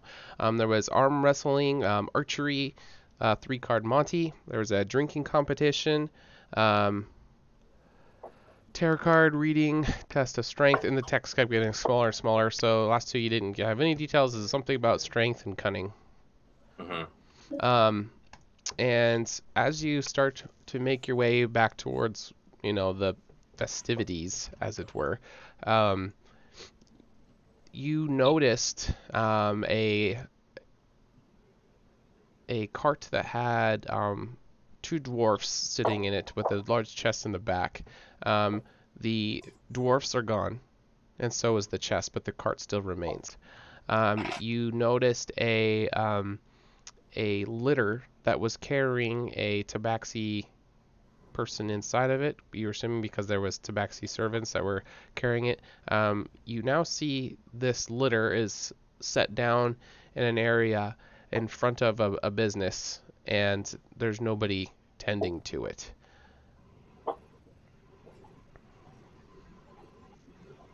Strange. What's strange, Kurtz? Well, you don't just leave your shit laying out in the middle of the road for anyone to run off with. Now, we saw all this happen. We saw these people just walk up, drop some shit off, and just walk away. No, you saw them before when you were heading there. I don't know if you guys remember it. Yeah. I do. Can we see what store the litter is in front of? It's a general store. Peek inside a window? Yeah. What role would that be? Well, what are you trying to find? Like, what are you looking for? I can just... I mean, it's an open window, so... Yeah, I'm just trying to see if anything, like, shady's going on. Okay, you peer in there. You see two people who appear to work there. And there is one tabaxi servant, one that was carrying the litter. You see one of them in the shop, and he's just kind of looking around. He's a cheetah, and he's just looking at all this general shop stuff. I'll just relay it to the party. So, only one of the servants are inside, but where's the cargo, for a better term, and the other three? You're asking for where a random person went in the city? I'll just kind of walk over to the thing and sort of, like, open the curtain. Like, what the fuck's inside? What's inside the shop? Inside the litter. The litter, yeah. Oh, okay. I'm sorry. I was looking at something. So it is it's from how it's looking, it's maybe for like a princess kind of a thing. Very big pillows, silky, satiny stuff. There's white and gold stuff everywhere that just kind of seems to symbolize, like importance. Like actual gold? Gold or gold colored. I mean, like you can have gold colored things that aren't necessarily gold. Are you going somewhere with that? It's weird for someone to like dump this in the mud without anyone keeping an eye on it, isn't it? Like, yes, that would seem strange. Yeah.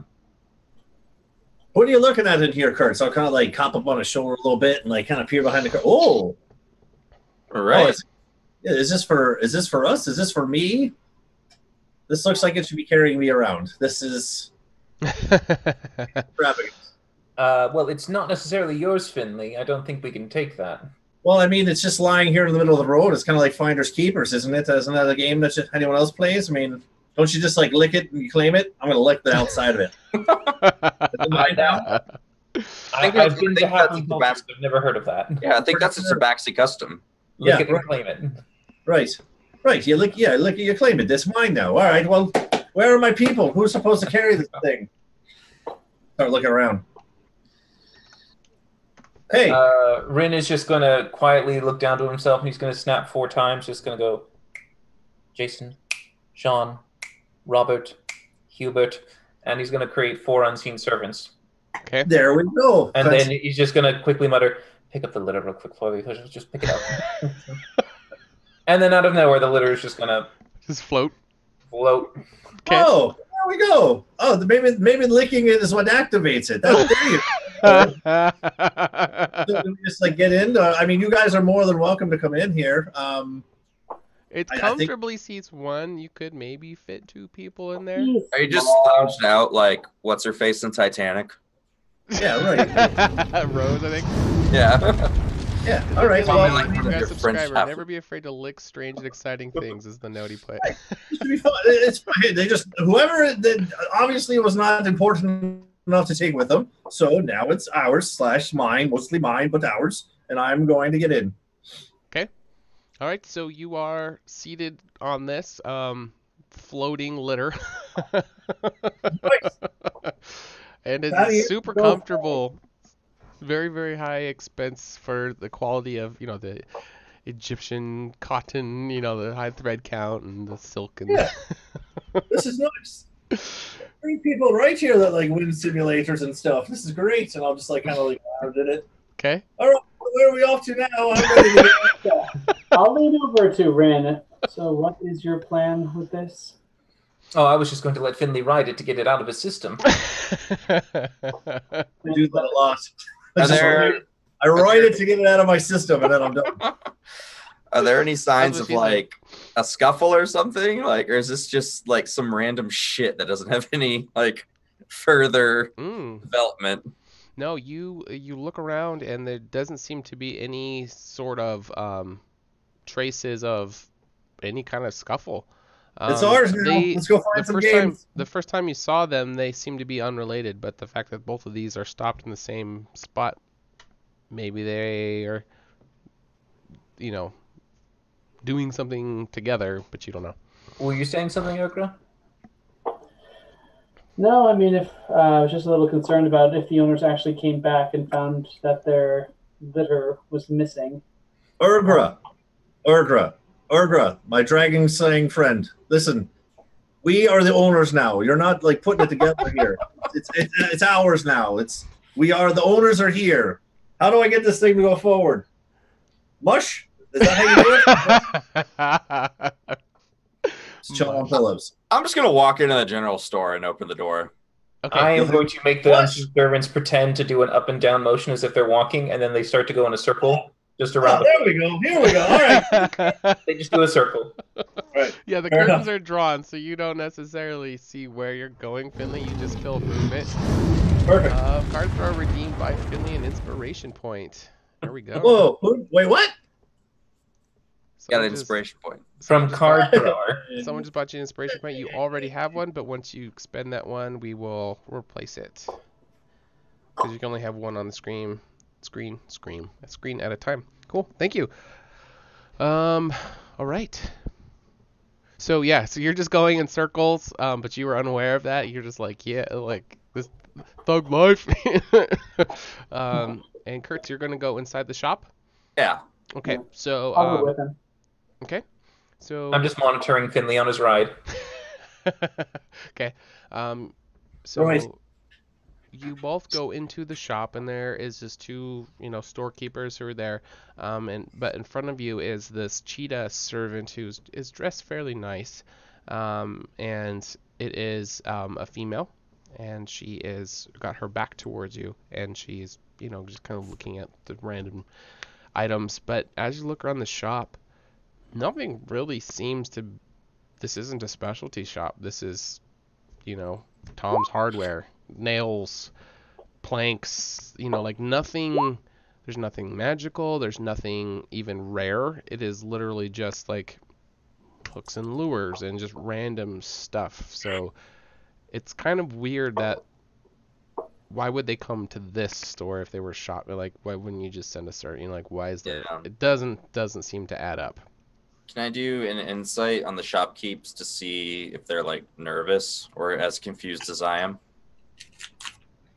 Oh, yeah. They're just excited for having customers in the store. Just having people that are like, woo, someone to buy our common shit. All right. Well, Amazon has been bleeding them dry, man. Brick and mortar is not the way to go anymore. I'm just kidding. I feel like I'm missing something here, but I'm just gonna walk up to the cheetah and just be like, "Excuse me." Yes. How can I help you? Is that your litter out there? It is my mistress's litter. Yes. Interesting. And who is your mistress, if I may ask? Well, who are you? Chris Glaskin. Adventurer Chris Glaskin? Were you Yes. guys just you guys were with that just did the dragon thing? Yes. Oh, yes. Well, her name is Flo. What can I do for you? Well, madam, you know White Fang, right? Mm-hmm. Well, he seems to have taken a liking to your mistress's litter. Okay. And seeing as it was abandoned on the side of the street, just as a favor to you, maybe you might want to remind him that it belongs to someone. Oh, is he trying to steal it from my mistress? Well, I was kind of pointing out the window to the litter doing circles.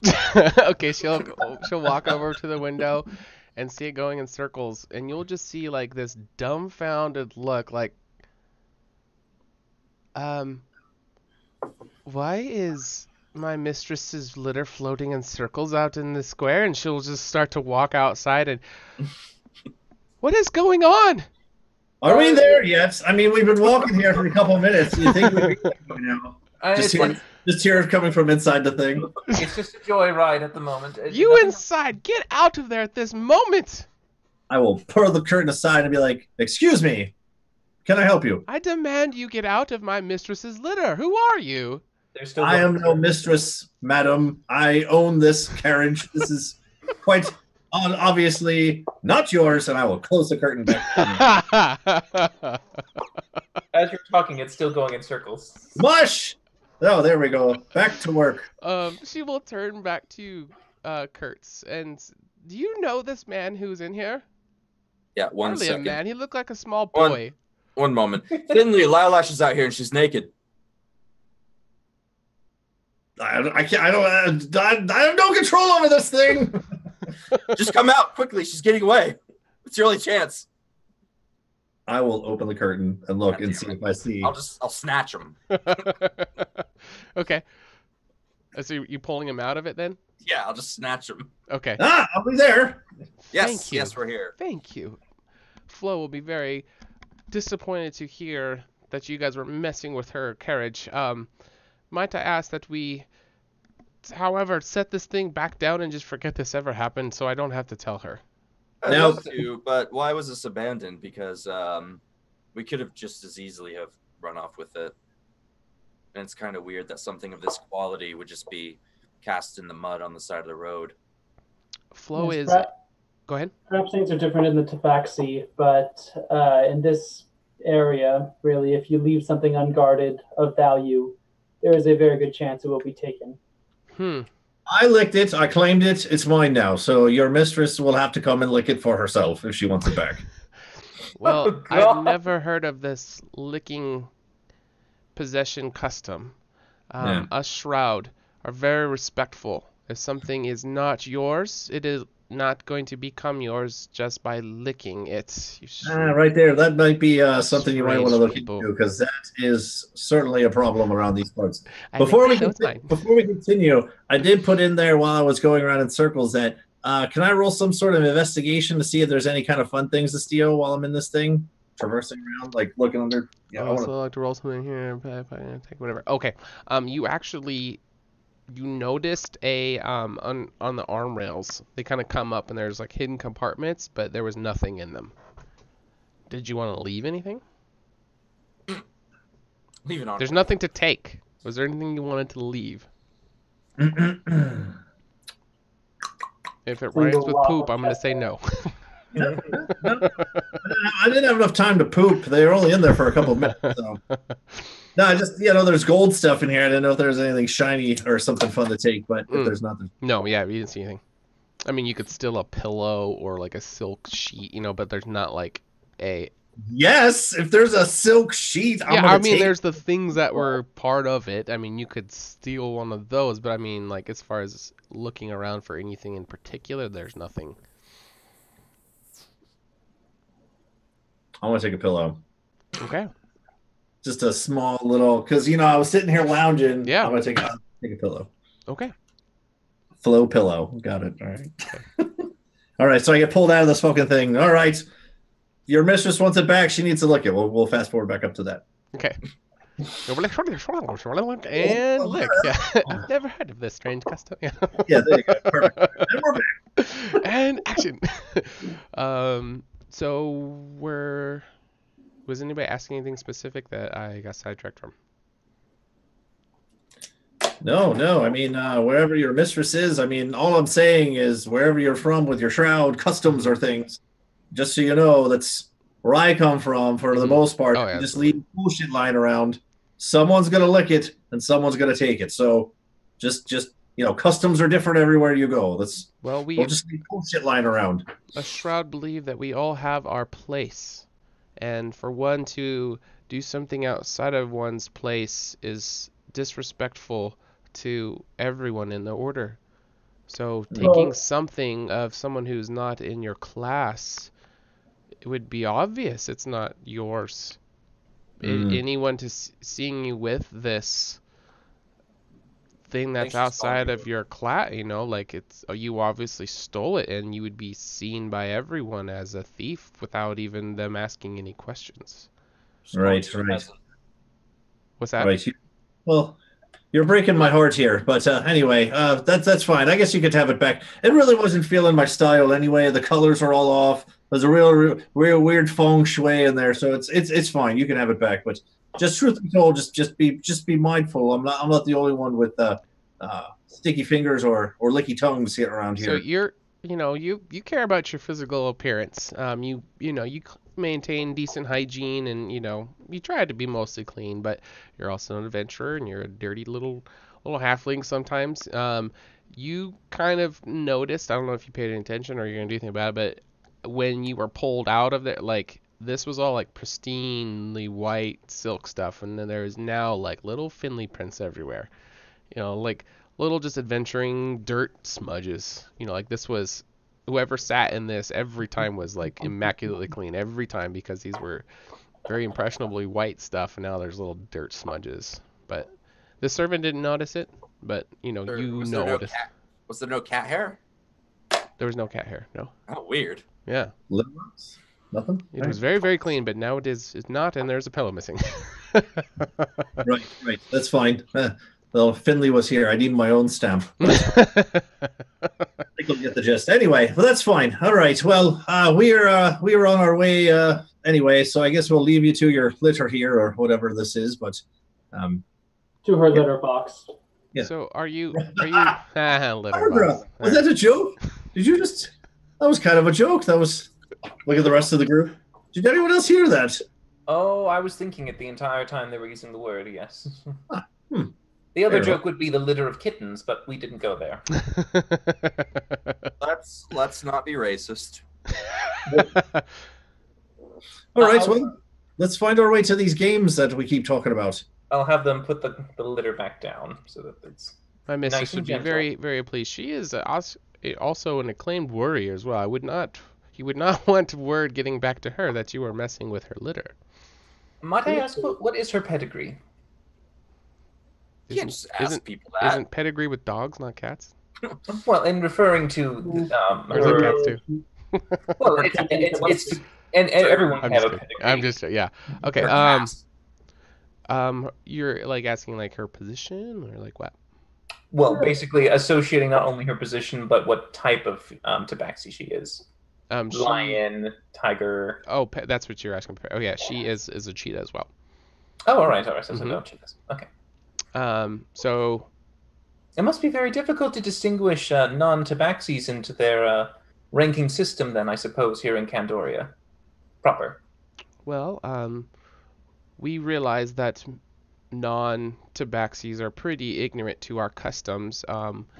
My mistress is gone, and I've been instructed to just stay nearby. I have nothing to do. If there's any questions you have about any of our customs, I would love to educate you and help you with your ignorance. Love that. I would Mouth absolutely hand over Rin's mouth. Yeah, right. Thank you. That's good.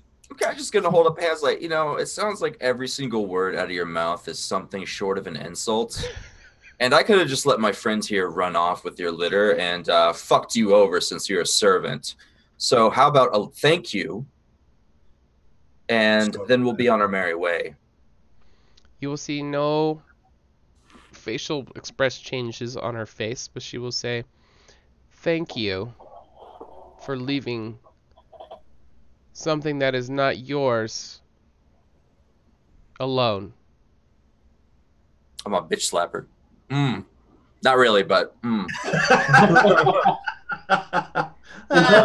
One is glad to be of service. Out of curiosity, is your mistress here? You said she was a warrior. Is she here for the call to adventure? And you can tell, like, if you insist, she will answer this question. She did say she'll answer questions, but now this little, how the conversation has in recent changes, she's not wanting to be friends with you guys anymore. And she's not hiding it. She's definitely acting like a bitch, but from her perspective, she thinks you guys are being extremely disrespectful. Yeah. I pull Urgra's hand away. What was the question? Excuse you, Urgra. Now, please, thank you. I would love to learn more about your culture. Personally, I would. These would actually, they're a little short. They're a little roughed up from the recent event. They just want to relax, have some games. I figured Finley needed to blow some steam. Apologies for moving the cart. It was just a little joyride. It's been set back down, but I would be very interested in knowing more about your culture, but I don't want to hang these gentlemen up a little bit. Do you mind if you could verbally, give a few histories and some etiquette rules and things like that? I'll have my servants here just kind of quickly. There's nothing you can see, but I just literally hold out my bag and I just start holding out pieces of paper as they start to float away. Okay. And then I hold out some basic etiquettes to not further. Yeah, and I have my unseen servants just literally standing around these pieces of papers floating with pencils, and I was like, if you could dictate to them... Sure, that's a great question. ...everything, I will then be having them come follow me afterwards, and you can just, do it with them. You don't have to deal with us anymore. They'll take the notes. We'll be set. Okay. Urgra, what was your question? My question was, since this Flo was a warrior, was she here as part of Ivan's call to adventurers? Yes. That's why she specifically was here. I would like to find the nearest pack of street urchins. Okay. Finley, come here. Right. Are we going now, or are we getting? I'll just turn to Renee. Like, we'll be right back. Oh yes, I'll be with you in a moment too. Yeah, absolutely. You do your thing. Yes, please dictate to me. Go ahead. They're ready to write. I'm gonna go find some street urchins. Like the meanest looking little sons of bitches you could find. Okay. Which one are we doing here first? Oh, I mean, I'm just doing this while they're doing their searching thing. So I mean, we can just pretend that our dictations and note. Okay. She will. You guys have watched the Tabaxi lore video, so you're gonna start learning some of those things about from this thing about just the positions and what the sub races, their ranks are, and kind of what their place is. So Rin will now become aware of those things that AJ knows through this interaction. Street urchins, what do you want to do? Find the meanest pack of street urchins I can find. How many you looking for? Give me just a group. Ones that look like, they're like a little cluster of mischievous bastards. Looking for ruffian types. Not even ruffian, just like the dumpster gang. Yeah, like little pickpockets or whatever. What age groups are you like? Describe to me the perfect NPC that you're looking for. Like children, like say 7 to 12. Okay. Dirty, poor looking like they're. Oh, you mean Tiny Tim? Yeah. Yeah. Only not crippled. Well, just not as nice. Yeah. Yeah, you happen. He's on the 4th alley that you search, of course, but you find Tiny Tim. You know Tiny Tim as this 9.5-year-old pickpocket who is a little dirty. Like, hey, Tim. Come here. God. Yeah, you recognize him. Yes, sir. No. Hey. Just kidding. Hey. Is he punching it over? You and your friends want to make some money? Of course. What can we do for you? You got some friends, like maybe 5 or 6 of them? For the right coin, I can get as many friends as you need. I'll hold up like 3 silver pieces. Done. All right. I'll sort of pick him up and put him on my shoulder and like lean out at the side of the alley. You see that litter up there? That's a nice one. It's made all of silk and gold and fancy shit. Yes. How much money do you think you get for those materials? Enough. Yeah? Mm-hmm. It's all yours. As long as you steal it. Done. When? All right. See that tabaxi lady? Mm-hmm. She's going to fuck off back into the store. Mm-hmm. I recommend that you just run up and run away with it. Don't be seen, because her mistress is apparently very powerful. So only do this if you're sure you can get away with it.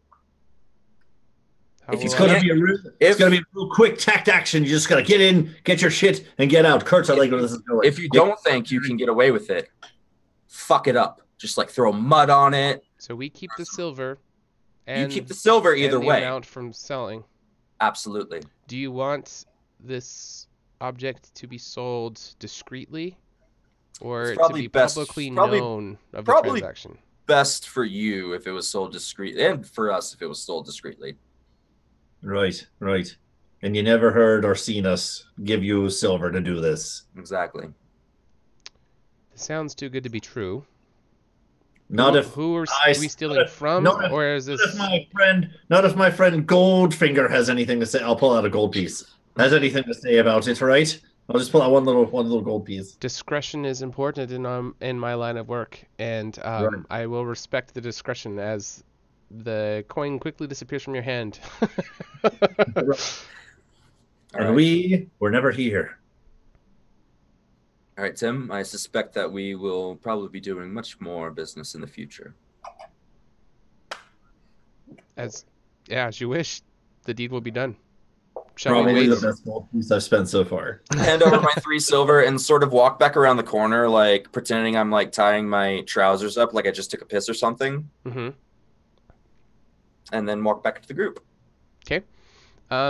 Knowing Tiny Tim is now part of your backstory, and it is going to be. He's not available all the time, but when in Candoria proper, if he is available, Kurtz, you are able to usually find Tiny Tim, and he does have a network. Small, He's it's like not. He's like an underworld contact, kind of. Yes, exactly. But like, Jesus. Right. So shady. Awesome. He's not going to be wanting to kill people. Yeah. And stuff But, like that. Steal things, steal information, Yeah. stuff like that. I mean, he's not a bad guy. Yeah. He's just down on his luck. He's Right. not Kurtz Jr. Something tells me that this kid is actually just a halfling pretending to be a kid, just from the way he was talking. Kurtz, you actually, you met him when he was a small child. He was an orphan. So yeah, his parents were killed, and you saw him as a small child. You've ran into him, and you've actually saved him from getting caught from really bad things, and kind of try to mentor him from time to time.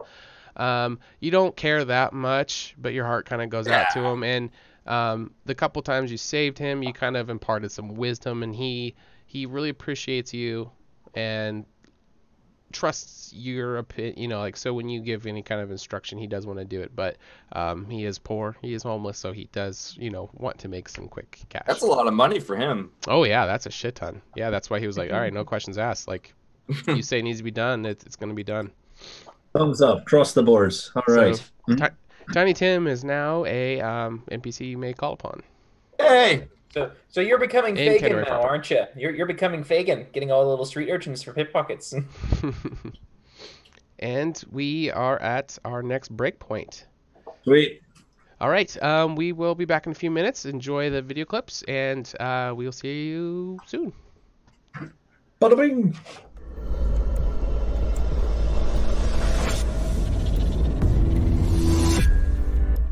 It comes up, I just do one of these deals where it's just like dumping all over your body. You'll see the vendor just cracking up. She's not just a client to me, Your Honor, but she's a near and dear, true friend. And I don't have really any spells left, so I'm just gonna start going. I'm gonna use prestidigitation to just keep blowing. You've got like little joints that they just suck into or something, and they slide in with friction. Or if there's maybe like I can make you some cream, Finley. You can dip your tongue in it. You'll be fine. Second bear. It's fine. and he's like, I don't care about shit. No disadvantage to this magic bullcrap. Missiles again. You have to breathe. You can try using one. That's not probably That's not a good idea. I'm actually gonna reach out and pull out the divinity symbol from my shirt and just sort of like, this is an unholy place. Yep. This is the epitome of handling an animal. You're free falling. Your heart can heal if you just let it. So, okay, how are we gonna work this here? A fair price for a fair bargain of such rare and majestic items. Wouldn't you? What's your total damage? 25 total. Woo! That's a big hit, dude. That is an eyeball piercer. Shit. And then grab onto the wings and try to glide it into the ground. Yes. Okay. She'll slam her staff into the ground and she'll say, Caldivar, then I order you to arrest Cain in the name of the High Temple, and we will end all of session 0.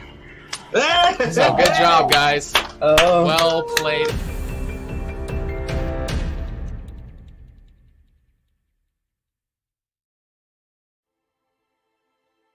Hello there, everyone's favourite halfling bard, Finley Shenanigan here. Being the soulful adventurer that I am, and known for telling a tale or two, pull up a stool to grab a pint as I tell you a story about my favourite hero, me. In my years of travelling, I met people of all walks and cultures.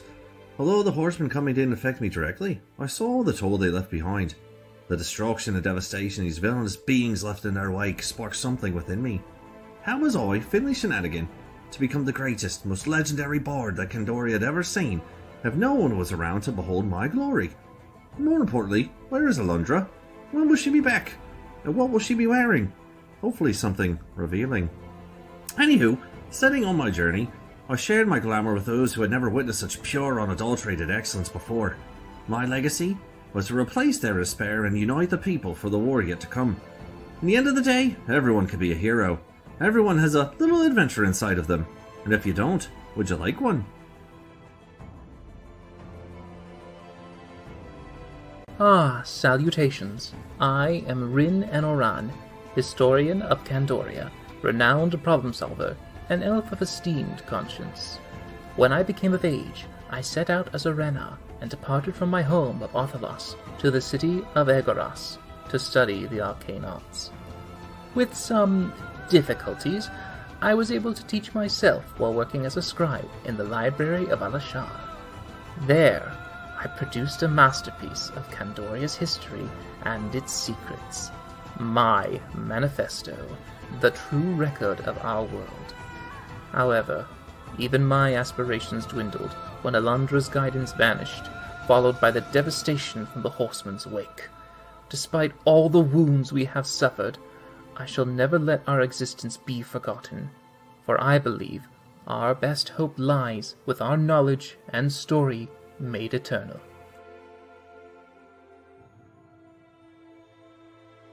My name is Kurt Glaskin, and I have lost everything that I've loved in this world. My daughters, my wife, my friends, all of them dead to the Horsemen. And now I have a chance to redeem myself, to protect my friends, to lead humanity into a new age of light and hope.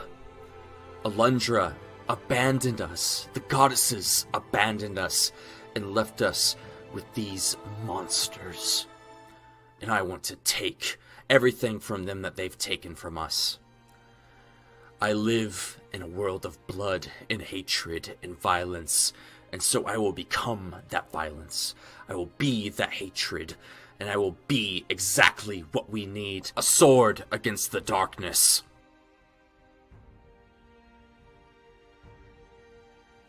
My name is Urgra Dropper, and I am a dependable ambassador.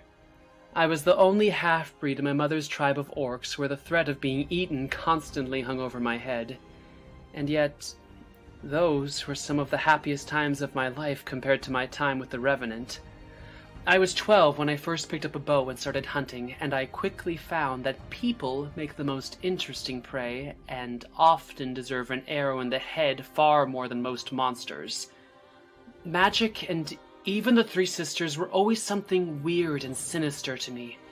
That is, until by chance I crossed paths with the High Priestess Alundra, who showed me that magic, like everything else, can be used for good or for evil. And that's what I'll keep on repeating to myself every time one of those stuck-up magical morons say something that makes me want to cut out their tongues. The following program features adults using adult language. You have been warned.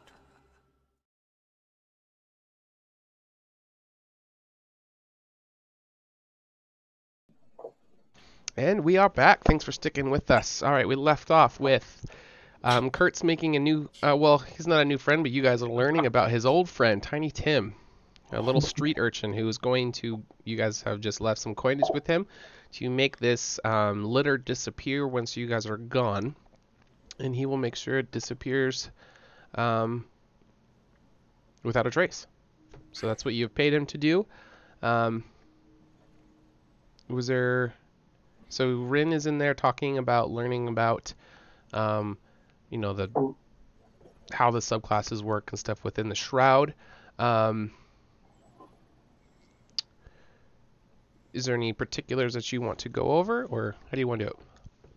Oh, I mean, like she's dictating as she's dictating. When I see Kurtz is ready, I'll just be like, continue, keep going. They'll keep writing down. They'll catch up with me in just a moment. Since okay. It's like, just pay no attention to the floating quills. Just keep going. Okay.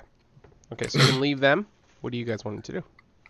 I'll turn to the party. It's like, well, I've been thinking, Ren, about your dragon army, and, well, I don't agree with it. It might be better to have more than just steel on the field when the horsemen come. And I think we should visit Tavaria. Tavaria? The High Priestess. But why? You seem so, well, what does that have to do with the dragon army, Kurtz? Arcane magic is good and fine. That's something I can comfortably say I know next to nothing about, but radiant magic, the goddesses, well, a bunch of you people still believe in them, so maybe there's something behind that. But we need every advantage we can get. When you saw that orb, I mean, I'm sure you felt it, right? You saw the divinity in that? Are you guys, have you guys moved away from the shop now? Are you I still? think we're walking away. Walking away? Okay, I just wanted to clarify. Okay, so you guys can be having this in no fear of anybody overhearing if that's your intentions. Yeah. Okay, go ahead. I just say, we need every advantage we can get. Well, I'm certain she would be probably in. She might be part of the War Council for all we know. I would assume that anyone of great standing would be there to make a united front. I suppose it's not necessarily something she'll just sit off on the side and do nothing about. Didn't you say, Sean, that it's like church and state are separate? We were talking about the trial. In Candoria proper, Ivan has ultimate authority over everything. He's, you know. Mm-hmm. But if something has to do with... So, since Tavaria has taken over the temple, mm-hmm. Anything that's a temple matter, she has supreme authority. It's not always taking place in Candoria proper. It can be anywhere. So hers is not necessarily territorial. Hers is more of a... like the Catholic Church, like the Pope, right? It's not just in the churches. It can be, you know, influence everywhere. But if it is decided that it is a temple matter, then the temple supersedes any local authority. The convenient thing about it is that the temple decides what is a temple matter. Mm-hmm. So something could be a local matter. It could be something else. If the temple deems it to be a temple matter, the temple takes control and makes uncontested decisions. And there may be instances in the past where people have thought that there was something that was completely unrelated to the temple, but the temple made it a temple matter, and they made a ruling based on evidence or no evidence at all, and it became an asset of the church. If that makes sense. Regardless, people believe in the church. My own opinions aside, and maybe they can help us, maybe they can bless weapons, maybe it'll just be good for morale to have someone tell them that their souls are going to a better place when the horsemen lops their heads off. Morale is nothing to be cast aside in a time of war, and it's, I believe, worth at least my time to try and have an audience with her. Well, we did just rate number 1 of all the eligible adventurers. If nothing else, that should at least catch our attention. Mhm. And I think the guards will actually know who we are now, as Mhm. opposed to last night. I'll go with you, Kurtz. All right. The rest of you want to head to the games, that's perfectly fine. It shouldn't take too long, and I'll be happy to meet you there when we're done. All right, I have to stay at least somewhat close. I told them they would find me at the gaming grounds, the servants, when they're done interviewing her. Right. I'll have a point ready for you, Kurtz, when you get there. Fantastic. Okay. The test of strength, I'll slip Finley 25 gold pieces. Be like, for any test of strength, play the game and bet on me when I come in. Oh. All right.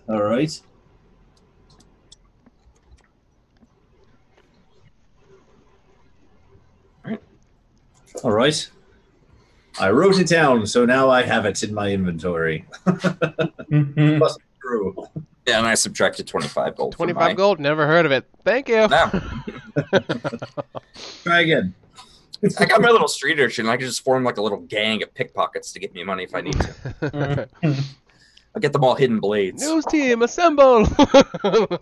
Extra, read all about it. Tavara's a bitch. Yeah. Okay. Go. So we are splitting the party.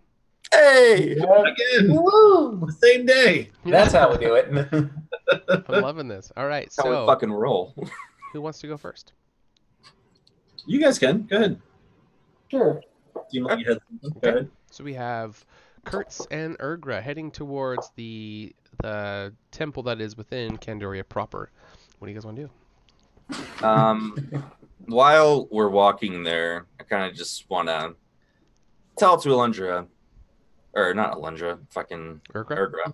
Jesus. Promotion. You talked to a lot of dead people. I wasn't going to call you on it. Be like, so before we continue along this avenue, you're probably going to hear some things about me, and I'd prefer you not share them flippantly. I don't see any reason why I would unless it endangers the party.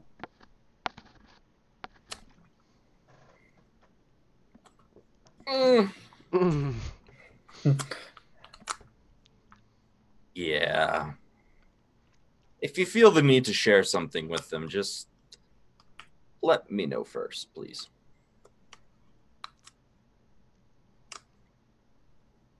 The first thing out of Tafara's mouth. Oh, nephew, where have you been? Hey, lover boy. Awkward.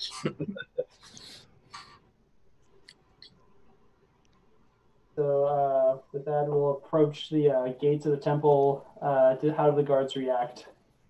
Okay, I didn't know if there was any more Up secret is there, squirrel Kurtz? conversation to have or not.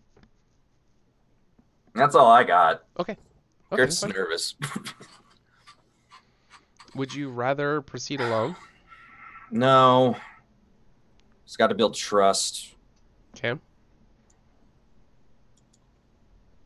I'll just walk up to the guards.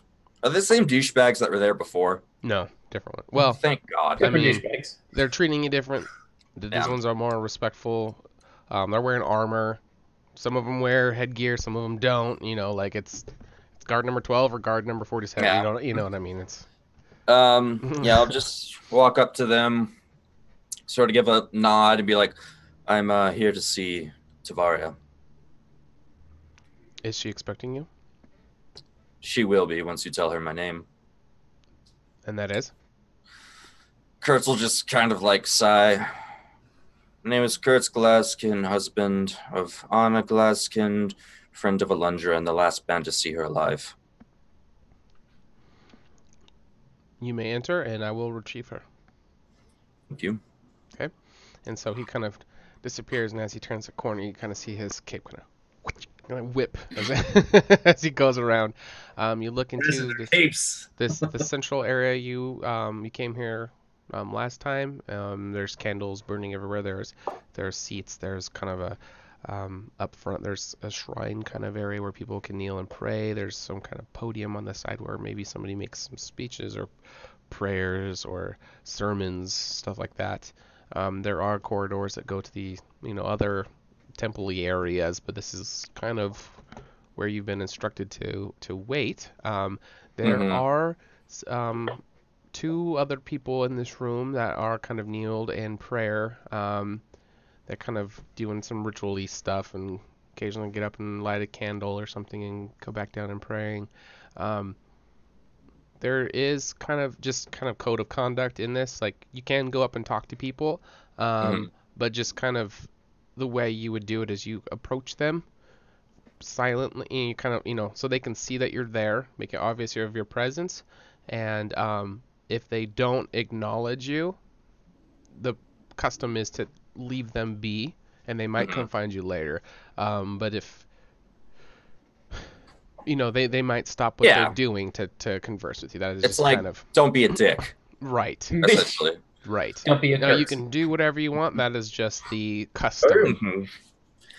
Yeah, I'll sort of walk over, light a few candles, kneel for a moment, think about certain things, and I'll probably do that until I'm told to leave. So if Urgra wants to do anything. No, Urgra would, upon probably seeing a very beautiful internal chapel of some kind, that will make her uncomfortable, and she'll probably just lean up against a wall, trying to make herself not particularly noticeable, and just keep an eye on Kurtz and just everything around them. Okay. And Urga, you do notice that there are 3 statues on the back wall. You know who the goddesses are, but this is not necessarily something of great interest, I don't think, with your character. I really don't know how much of the divinity, but you keep staring at the statue of Alishar, which is the goddess who chose the Revenant. And she is the one who tested the Revenant, and they're the one, the one that granted them the blue eyes. They had to earn it. So that was kind of, the other 2 gave it to them. But the statue of her, is in a position in the back. But you keep staring at it while you're here. It doesn't move or anything, but I'm just it's when you're not looking at something specific, it's just kind of where your eyes seem to go.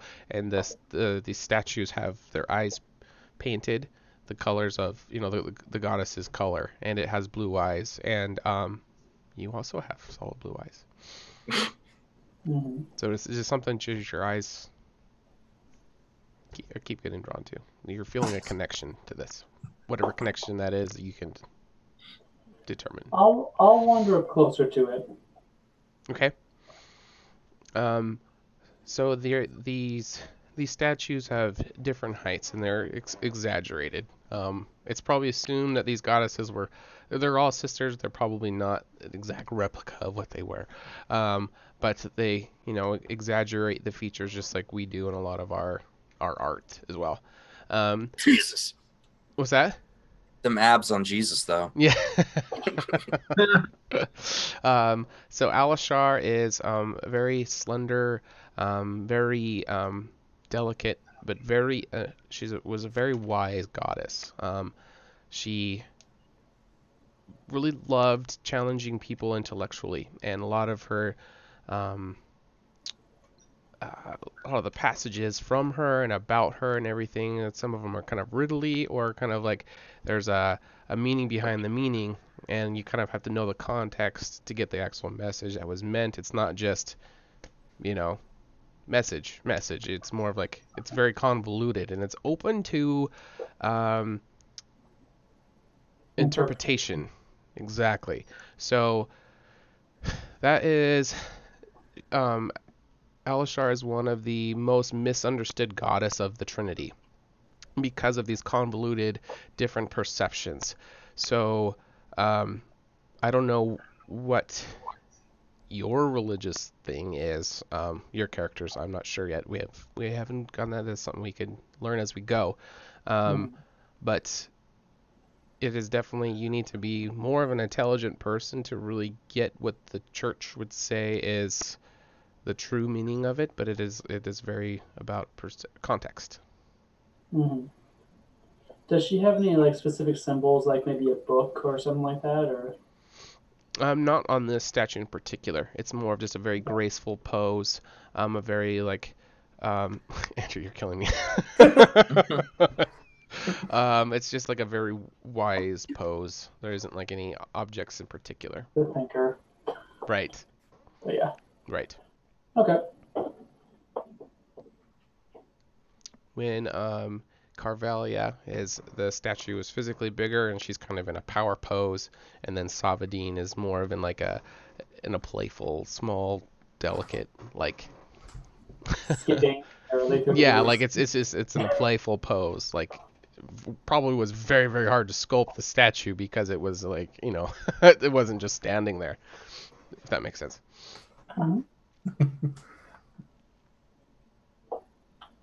I think we're just waiting for our audience.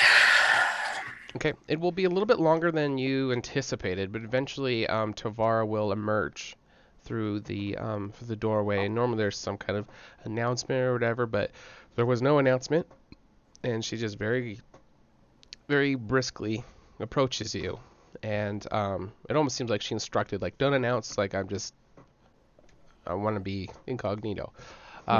And she'll kind of make her way towards, and her arms are kind of folded into her sleeves. My sleeves are too short, but like the hands are into each other's sleeves, and she quickly approaches you. She's blonde hair, very pretty actually, but she's got a very like business professional look about her all the time. It's a business first. But she will approach you and say, Kurtz, I heard you have a message for me.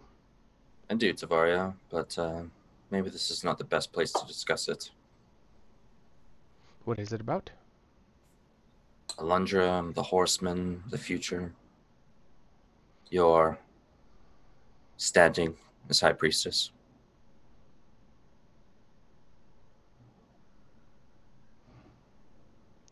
I think you are right. This is not the place to have this conversation. But is this the time? You'd all be dead in 7 days. I think this is the only time. Are you alone? No. I'll sort of nod to Ergra in the corner. I will allow you to bring one companion, and I will also have one companion. Fair enough. Weapons will not be allowed in the room. Do you consent to these conditions? Yes. Okay. She will send one of the guards to go fetch Keldavar, and he is going to be the one that she's going to have with, and you can have Ergra come with you.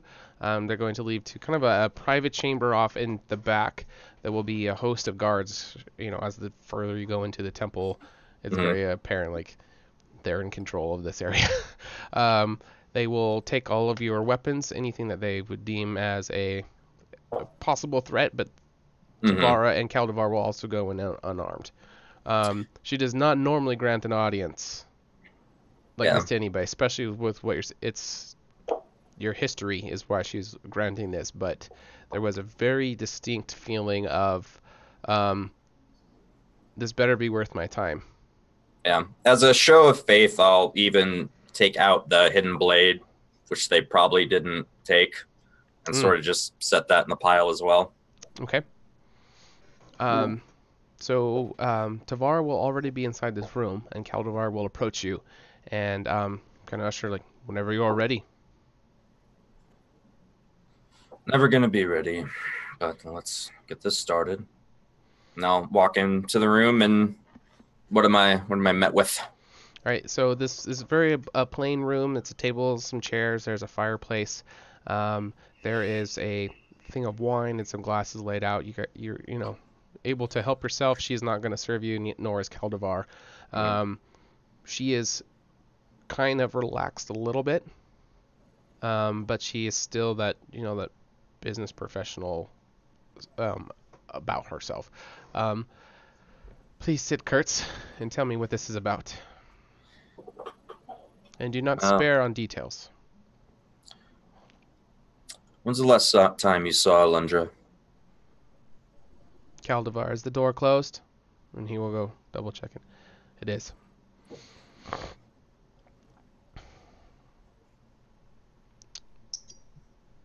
I would prefer this to go as you answer questions than myself. Fair enough. What is it that you're here to talk to me about? The continuance of civilization and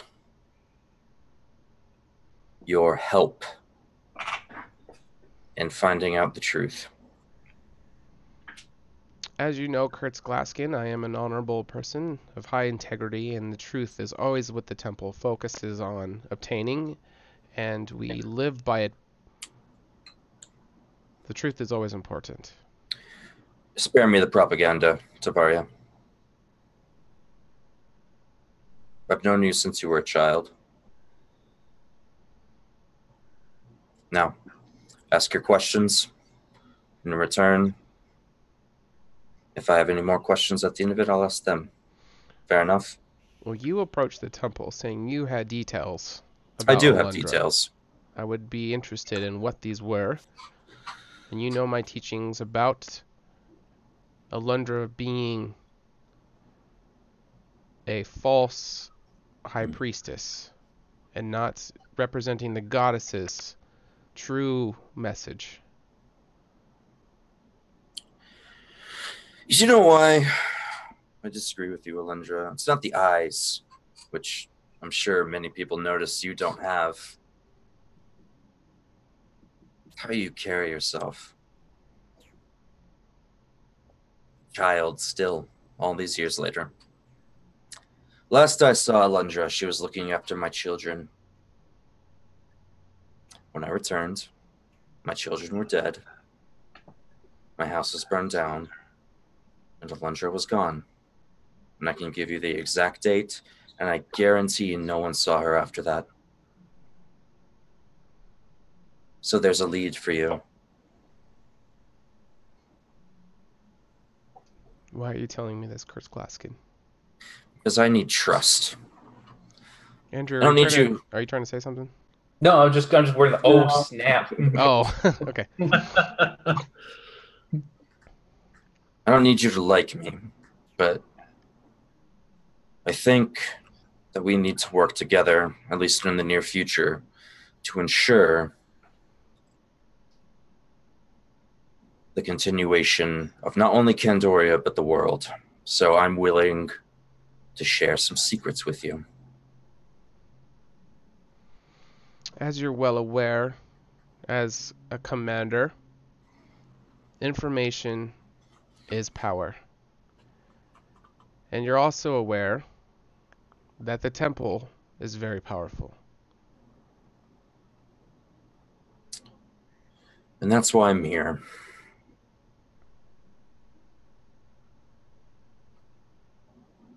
Next question.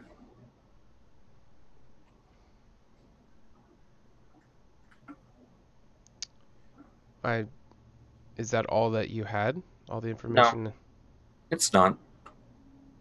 Well, I think you should cut to the chase.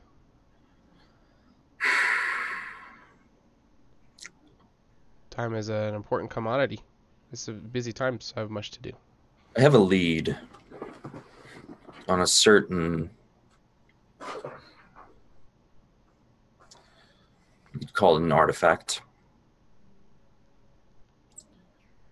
From my travels, I've learned that there are pieces of an ancient prophecy that have been split into 7 tablets.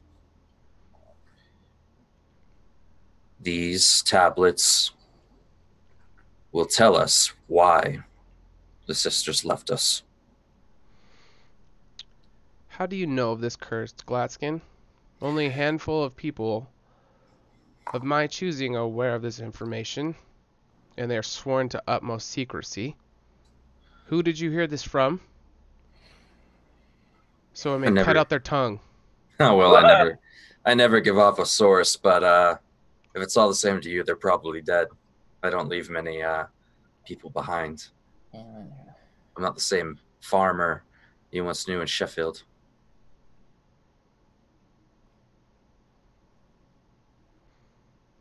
There are many connotations that you are unaware of, and as we both agreed, information is power, and the temple does not believe that this power should be shared with those who are not entrusted in our fellowship. Careful where you tread, knowing this information, Kurtz Glaskin. You may find yourself as an enemy. I have lots of enemies. It's not something I'm afraid of anymore. I am aware of these pieces, and in pursuit of collecting these to find out the truth. But I believe that these fragments are not necessary to know the truth, for I am the head priestess of this temple and commune with the goddesses directly, and myself alone can properly relay this will to their people. Do you? No. Shut up, AJ. Huh. That's an interesting standpoint. Is that not the role of the head priestess? Oh, it's the role of the head priestess, but I think you're full of shit. Am I not the head priestess of this organization? Ordained by the goddesses? Ordained by the people, yourself, your followers. The goddesses, I'm not so sure. To be fair, I don't care for either of you, or yourself or the goddesses. But the truth is what's important to me. I agree, the truth is the most important thing. And we can find peace in putting our beliefs and our faith in the truth that the goddesses relay to us, for we know it is not based on error of man, but of divinity and of purpose. So you can find comfort in listening to the interpretations of the goddess's will and follow the temple as we guide people towards the will of the goddesses. It's an interesting standpoint you have there. Let me ask then, where have the goddesses been since the Horsemen came? Do they not love their children? Do they not look after them? And if they do, where were they when Conquest massacred everyone I knew? Where were they when war raged across the battlefield that I fought on? Were they just viewing for their pleasure? Is that the infinite wisdom, the caring, and the strength? Or are you just so full of shit or so afraid of what you don't know that you're unwilling to understand that we need the truth, and only through that truth can we figure out what to do next? The goddesses work in mysterious ways that are mostly elusive to myself. It is my purpose to listen and to share what they explain to myself. Many of the problems in this world were manifestations of the perversion of Alundra's lies and misrepresentation. The message of unity is not what the goddesses intended for their people. So it was civil war that they intended. I don't know where you were during that civil war, Lundra, but I was leaving men into battle to their deaths. I killed hundreds. It may be plausible that these evils are manifestations of people's neglect in the goddess's true will. That's why I have risen to teach people of Alundra's lies and the truth behind what the goddesses intended for their people so that they can return. What truth is that? Who is this that is speaking to me, Kurtz? Your dropper, a companion of mine, and you should probably give her, if not more respect than me, the same amount. She, unlike me, is a honorable person. Me, I'm just a mercenary these days. And she didn't mean that to be rude. She just doesn't. She's a power person. You know, I mean, she hasn't been introduced. She just doesn't know who you are. So I didn't want you to be offended, but she is very brash, very okay. So she will turn to you, my dear. Your name is Urgra. Welcome to my temple, and she'll hold her hands out to embrace yours.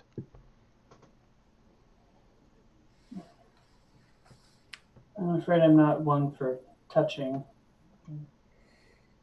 That is fine.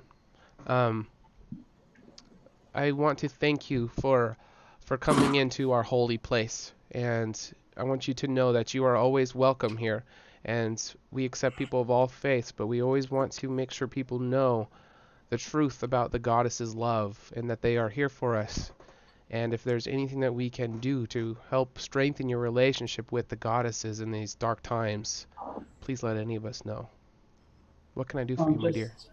I'm just a little confused what the difference between your message of the goddesses and Alundra's message of the goddesses. What are the differences? Those are very important questions, and I'm glad you asked them. They are the correct questions to ask. Alundra led people astray. I do not believe in my heart of hearts that she meant to lead people astray, but she did. And I believe Alundra is responsible, in part, for the reason why all these calamities are about these lands, is of bringing people away from the true heart of the goddesses. They want each of us to focus on ourselves and our relationship with them and how we can become the best versions of ourselves so that we may be there for others, but not work on wasting our resources and our time on other people who are not going to be as responsible with these resources as they want us to be with our. It's about self. It's about your relationship and being responsible with your own things, your own goods, your own power. And just one more question. How do you feel that Alundra was gifted with her own specific type of eyes and you were not? And what color are Tavar's eyes? She doesn't have, just No, standard, like hazily. What color? Yeah, Okay. like hazel, yeah. Absolutely nothing outstanding about them in any shape or form. And this topic of her eyes not being white, this is not the first time nor the last time she'll ever hear it, and she does not show that it phases her at all. Your eyes, my dear, are not normal. Did you choose your eyes? Or were they given to you outside of your control? They were given. The goddesses give and the goddesses take. It is not our place to question the why, but to find purpose in what we do with what we are given. A lot of Alundra's followers who refuse to conform to the truth of the message I bring from the goddesses used this time and time again about my eyes not matching hers. But this is not something she had control over, nor myself. I say it's ignorance to be focusing on something so trivial that we don't even have control over when we're missing the thing that we do have control over, and that's what we do with the messages that come from the goddesses. What is their heart? And that is what I focus on more, is about guiding people to the truth and steering them away from the lies that were taught for so long from Alundra.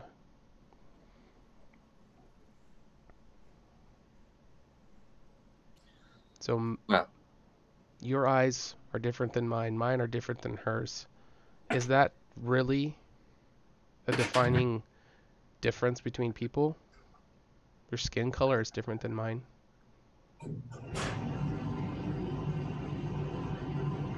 Does that make sense, my dear? It is an answer. Do you have any more questions, Alundra? Tavara, whatever. It's okay. I didn't even catch it, to be honest. If you come across any other information, Kurtz, you will always have my ear. And I appreciate your candidness with me. You don't hide your intentions. And I appreciate that about you. And I do believe that it is the goddess's will that we each have we have the gift of free will and of choice. And I would never try to come against that gift that they've given you.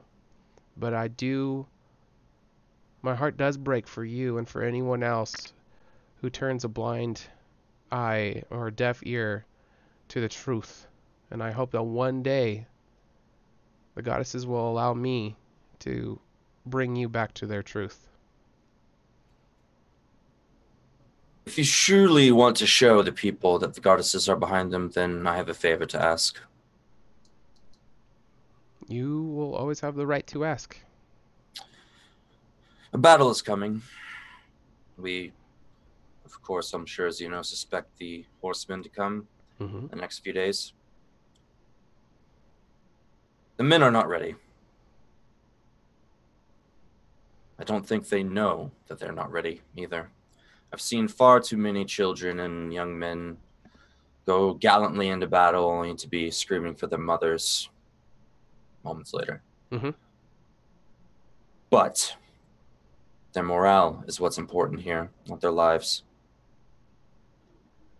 I would ask that before the battle, you hold a sermon for those that still believe in the goddesses. Bless their weapons, bless them, give them hope at least. Whether or not it's going to have any effect, I don't know, and honestly, I don't think it's going to matter either way, but at least let them die knowing that, or thinking that the goddesses are with them. We do not always see eye to eye, Kurz Gladskin, but these are words of wisdom, and I will pray on these matters, and that does make sense. Hope is very important in a broken, desperate time as this. And unless you have anything else from me, I will take my leave. Likewise. Thank you for this information. Be careful with what you do. This is the only time I will warn you about speaking of this. And this is the only time. Many people have died misrepresenting less important information. And just so we're on neutral grounds here, Alundra, Tavara, god damn it. Goddesses, damn it. This is going to be one of the only times I let someone threaten me. Good day.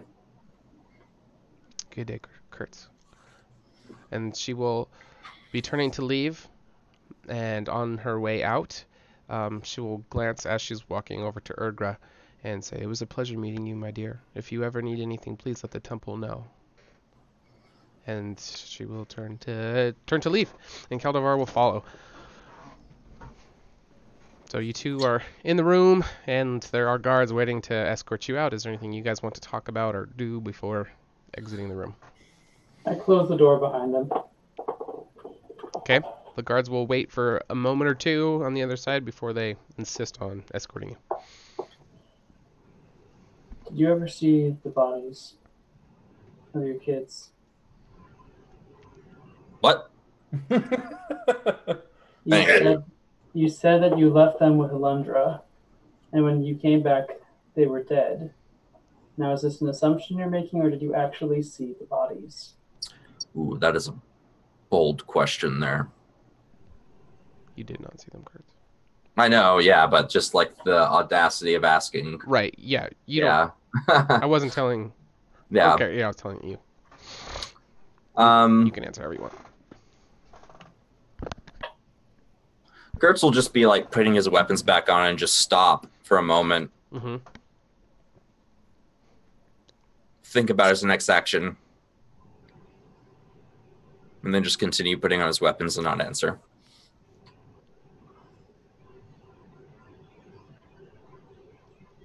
Or will follow suit. Okay. Okay. Yeah, it's a little too early in the campaign for a fucking brawl. All right, so you guys will don your gear and will be briskly escorted back into the first area of the temple that you're in. You can stay or you can go as you please. If there's anything you guys would like to do or transition to the other half of the party. Mm-hmm. Time for games. Ended on a light note. Okay. All right, so we will break over to Finley and Rin. You guys are approaching the all the festivities and the games and everything. The people who were out and about doing other things are now starting to pour in for all these festivities. So every night these games go on. There's all the drinking. There's the dancing. There's going to be an upcoming speech from Ivan and from all the other leaders late tonight on the ending of the night of the first night of the festival. So there's going to be a big announcement. A lot of information is going to be put out there. A lot of important people, but it's not quite that time yet. There is still a bit of time where people are gathering and partying and playing and having a lot of fun and sharing love with each other and sharing wealth and information and the newly formed celebrities. These adventurers are starting to produce some renown and gather followers and fans, and people are coming up and asking them questions about their lives and stuff like that. And so you guys are among those, that crowd. So you're in that kind of semi-celebrity box at the moment. A little bit of renown, but not quite, you're not where everybody just drops whatever they're doing just to bow. It's not like that or anything. Mm-hmm. So there are going to be several games that surround the two of you. You guys can choose to go where you want. There are lots of NPCs to interact with. Lots of loud noises and music playing everywhere. So there is the games we have. We're at the 3-hour mark. So we'll actually end our session right here. And this is where we will pick up. Next week is going to be right here at the start of all the games. Good job, guys. That was a good episode. Hope you guys learned some stuff. So we will now break over to the viewers. If there's any questions anybody has about our players, their characters, about the campaign, about us personally, anything you guys want to know, we're here for you during this segment. After that, we will go into a raffle, which our chat bot is down again, so we'll figure out another method of doing it, but someone will win 10 HotA tokens. If you have won these before, please do not enter in, so we can kind of share the love, get everybody else in there. We'll spin the wheel of roleplay and see what these guys can come up with when we open the raffle, and then lastly, we will show the winner of the fan art of the week. Yeah. So yeah, lots of fun. So we had one question. Did somebody see what it said? Why did we give up on using Rin's nut clones so quickly?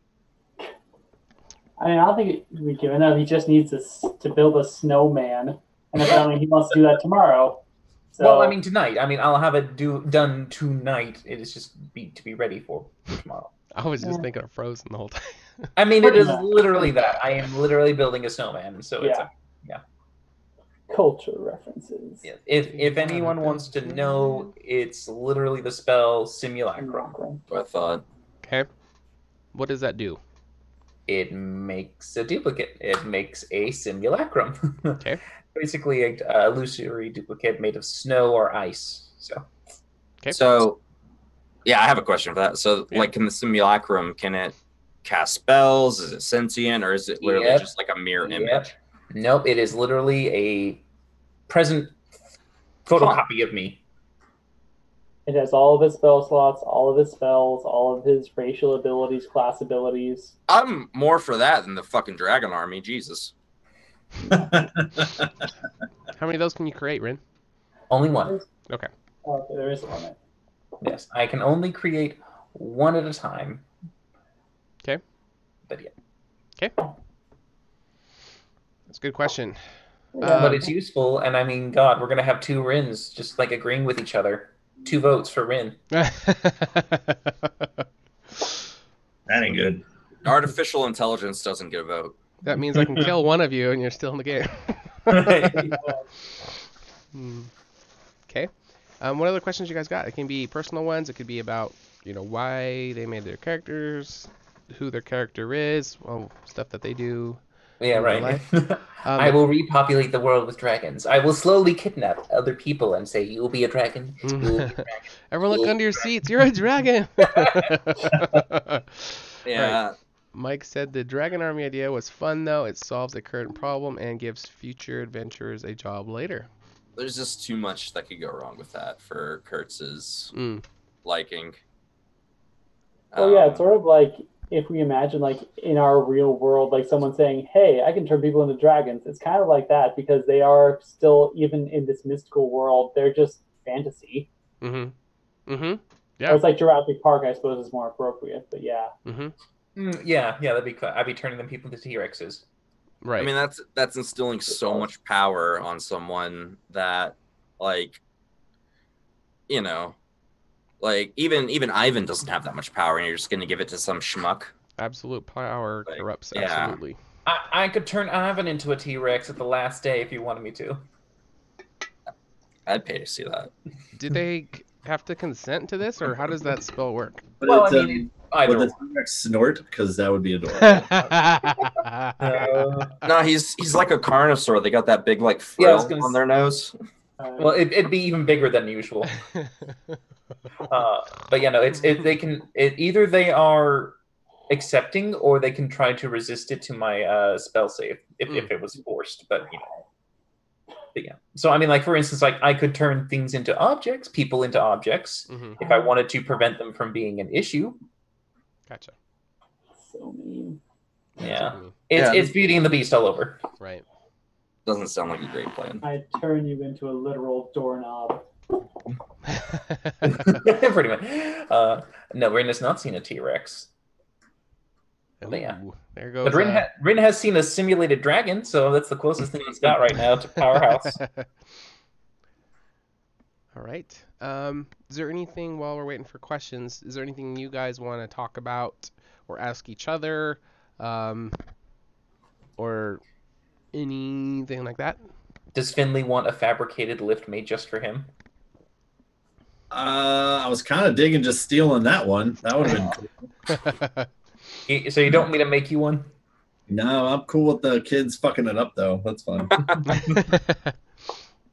dig that. Hashtag like Bandit Clan for life. Yeah.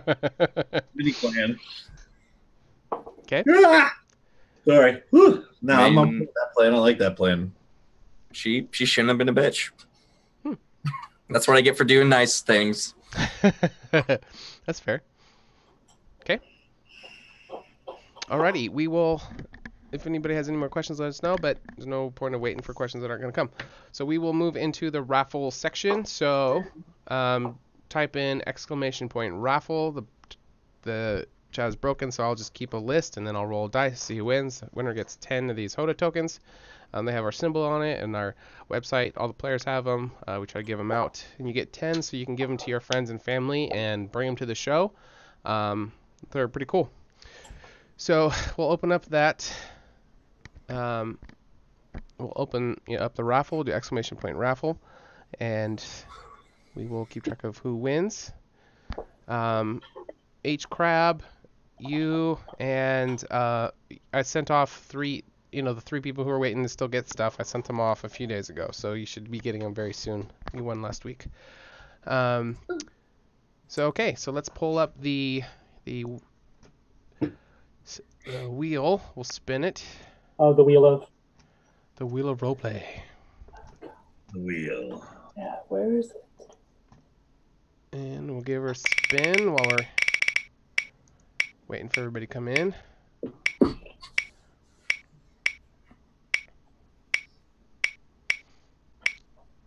It takes so long to stop. When we're not streaming, it stops quick. But come on, baby.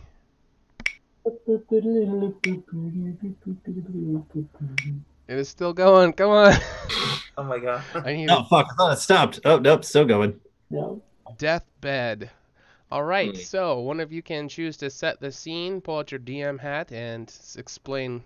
You can go any direction with this. This is not canon material, but you are going to be role playing it in character. Something to do with the deathbed, whether it's somebody you know, one of you guys, whatever you want to do. Somebody set the scene, and you guys go while we wait for people to enter in the raffle. Oh Jesus. The hard ones, like last 2 sessions. Fuck.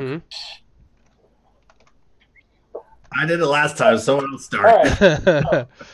Rin, Kurtz, Finley, you are all waiting in a small stone chamber, and you hear this knock, and the door opens, and there's this nondescript human standing there, just brown hair, brown eyes, just pretty Joe Schmo. He says, "Are you all ready?" Ready for? Ready for? Well, to say your final words. Oh yeah. Yes, that's right. That's why we're here. Yes, I am ready for that. Fuck that! I draw my sword. The fuck's going on? Who the fuck are you? Oh well, I'm just I'm his butler. Who's butler? Well, the Lord Ivan, of course. Oh fuck no, not Ivan, no, anyone! Spare the no! Oh for fuck! Wait. I'll run into the room. Get out of the way! I didn't know it was Ivan dying. Oh! And the butler skedaddles and tumbles out of the way as this small halfling gnome just ducks under his feet. And lo and behold, even from outside the room, you all hear that. Yep, that's fucking Ivan. Yep. Well, he's alive at the moment. Alive and snorting. But yes, Finley, you enter what looks like a bedchamber with a very large 4-poster bed with rich mahogany 4 posters and just deep red satin lining. And there you see, very different from when you first met him, this half dwarf, half human figure. His skin looks paper thin and has this sort of off yellow tinge like parchment.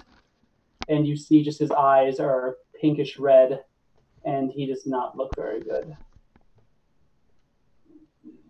Ren, Kurtz, it's Ivan. Yes, I'll go up to the bed. What is it? Is he all right? Is he truly? Is he dying? I don't know. Ivan, can you hear me? Yes. Oh boy. Oh, all right. Okay. No, I will sit by the side and I will take his paisley dwarven human hand. It feels unnaturally cold, and his age spots on his hand seem to stick out more than you think they should.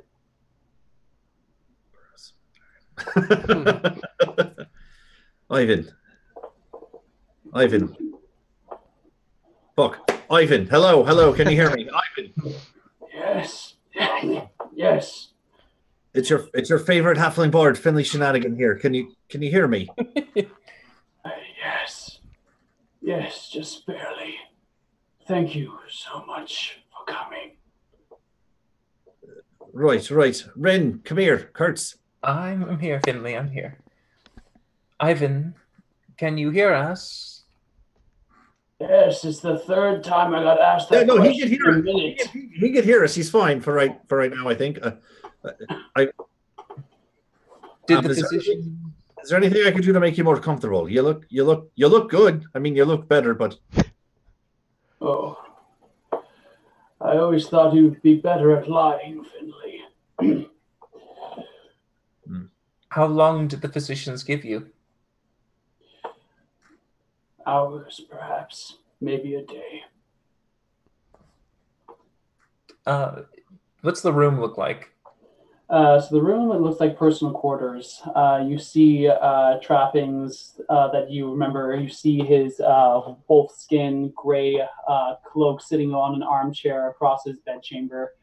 And you see what look like portraits of perhaps family members, a young girl who shares his eyes, and what looks like almost a family portrait with him standing next to a very handsome-looking woman, human woman.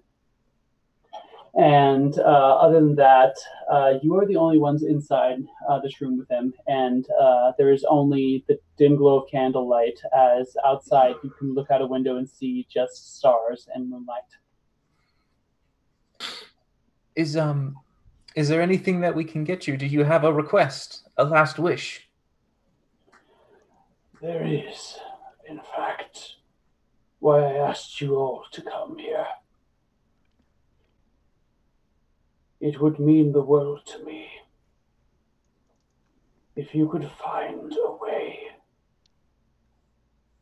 to sing a song, all of you together, as a dead man's last wish, perhaps in harmony. A 3-part harmony round, please. Oh, wow, Sean, look at the time. I think the raffle's I don't know if we all know a same song. Do we even all know what a song? Could you row your boat? A 3-way round. Row your boat in round. Oh, that one. At least it's not Happy Birthday. Oh, I hate Happy Birthday. No. No. Okay. All right. We'll end that there. Way to throw him on the spot, though. That was pretty good. All right. The only person who entered the raffle was one of our players. So we will, I guess. Oh. Next. I was just gonna give it to Elf in real life, Webster there. Mike? If I won Yeah, the raffle, okay. so Cool. Oh, well. All right. We'll concede over to Mike. So Mike, I have you in Skype as well, so you can just send me your mailing address. We'll get 10 HotA tokens over to you. So that was easy. All right. And last but not least, we have our featured fan art of the week. So I'll pull this up. And this was submitted by one of our new dev interns. Her name is Nicole Ferguson. So this was from a little bit ago in the end of session 0. And it's called Clay Firing. So Clay Firing 101 with Professor Rin.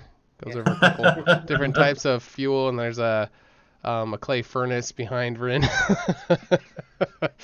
So yeah. It's eco-friendly. So this was There you from go. session It's 0. thrifty.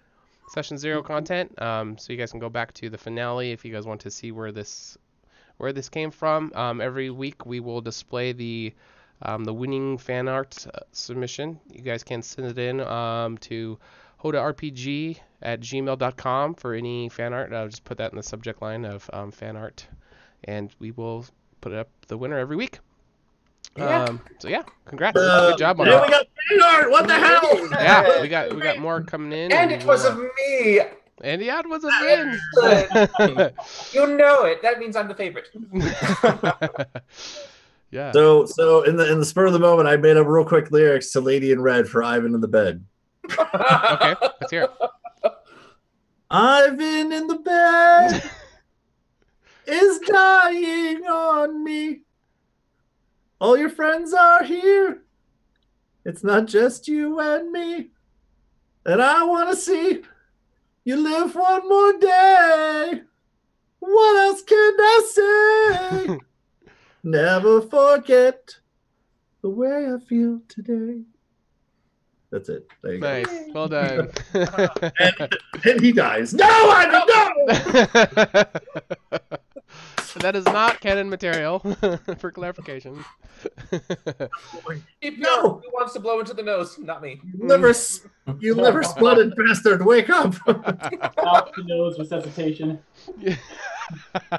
That's how you get the most air down to the lungs. Yeah. It filters it. Awesome. Well, thanks for joining us, everybody. We were going to have Red Dragon in tomorrow, but that got canceled. Something else came up. Next Tuesday, same time, 6:30 p.m. Pacific, we have our next session. We will run some reruns throughout the week in case anybody missed any of the material from this game. Connor, go ahead and plug your other campaign. Oh yeah. So this our HotA Twitch is also hosting my homebrew game.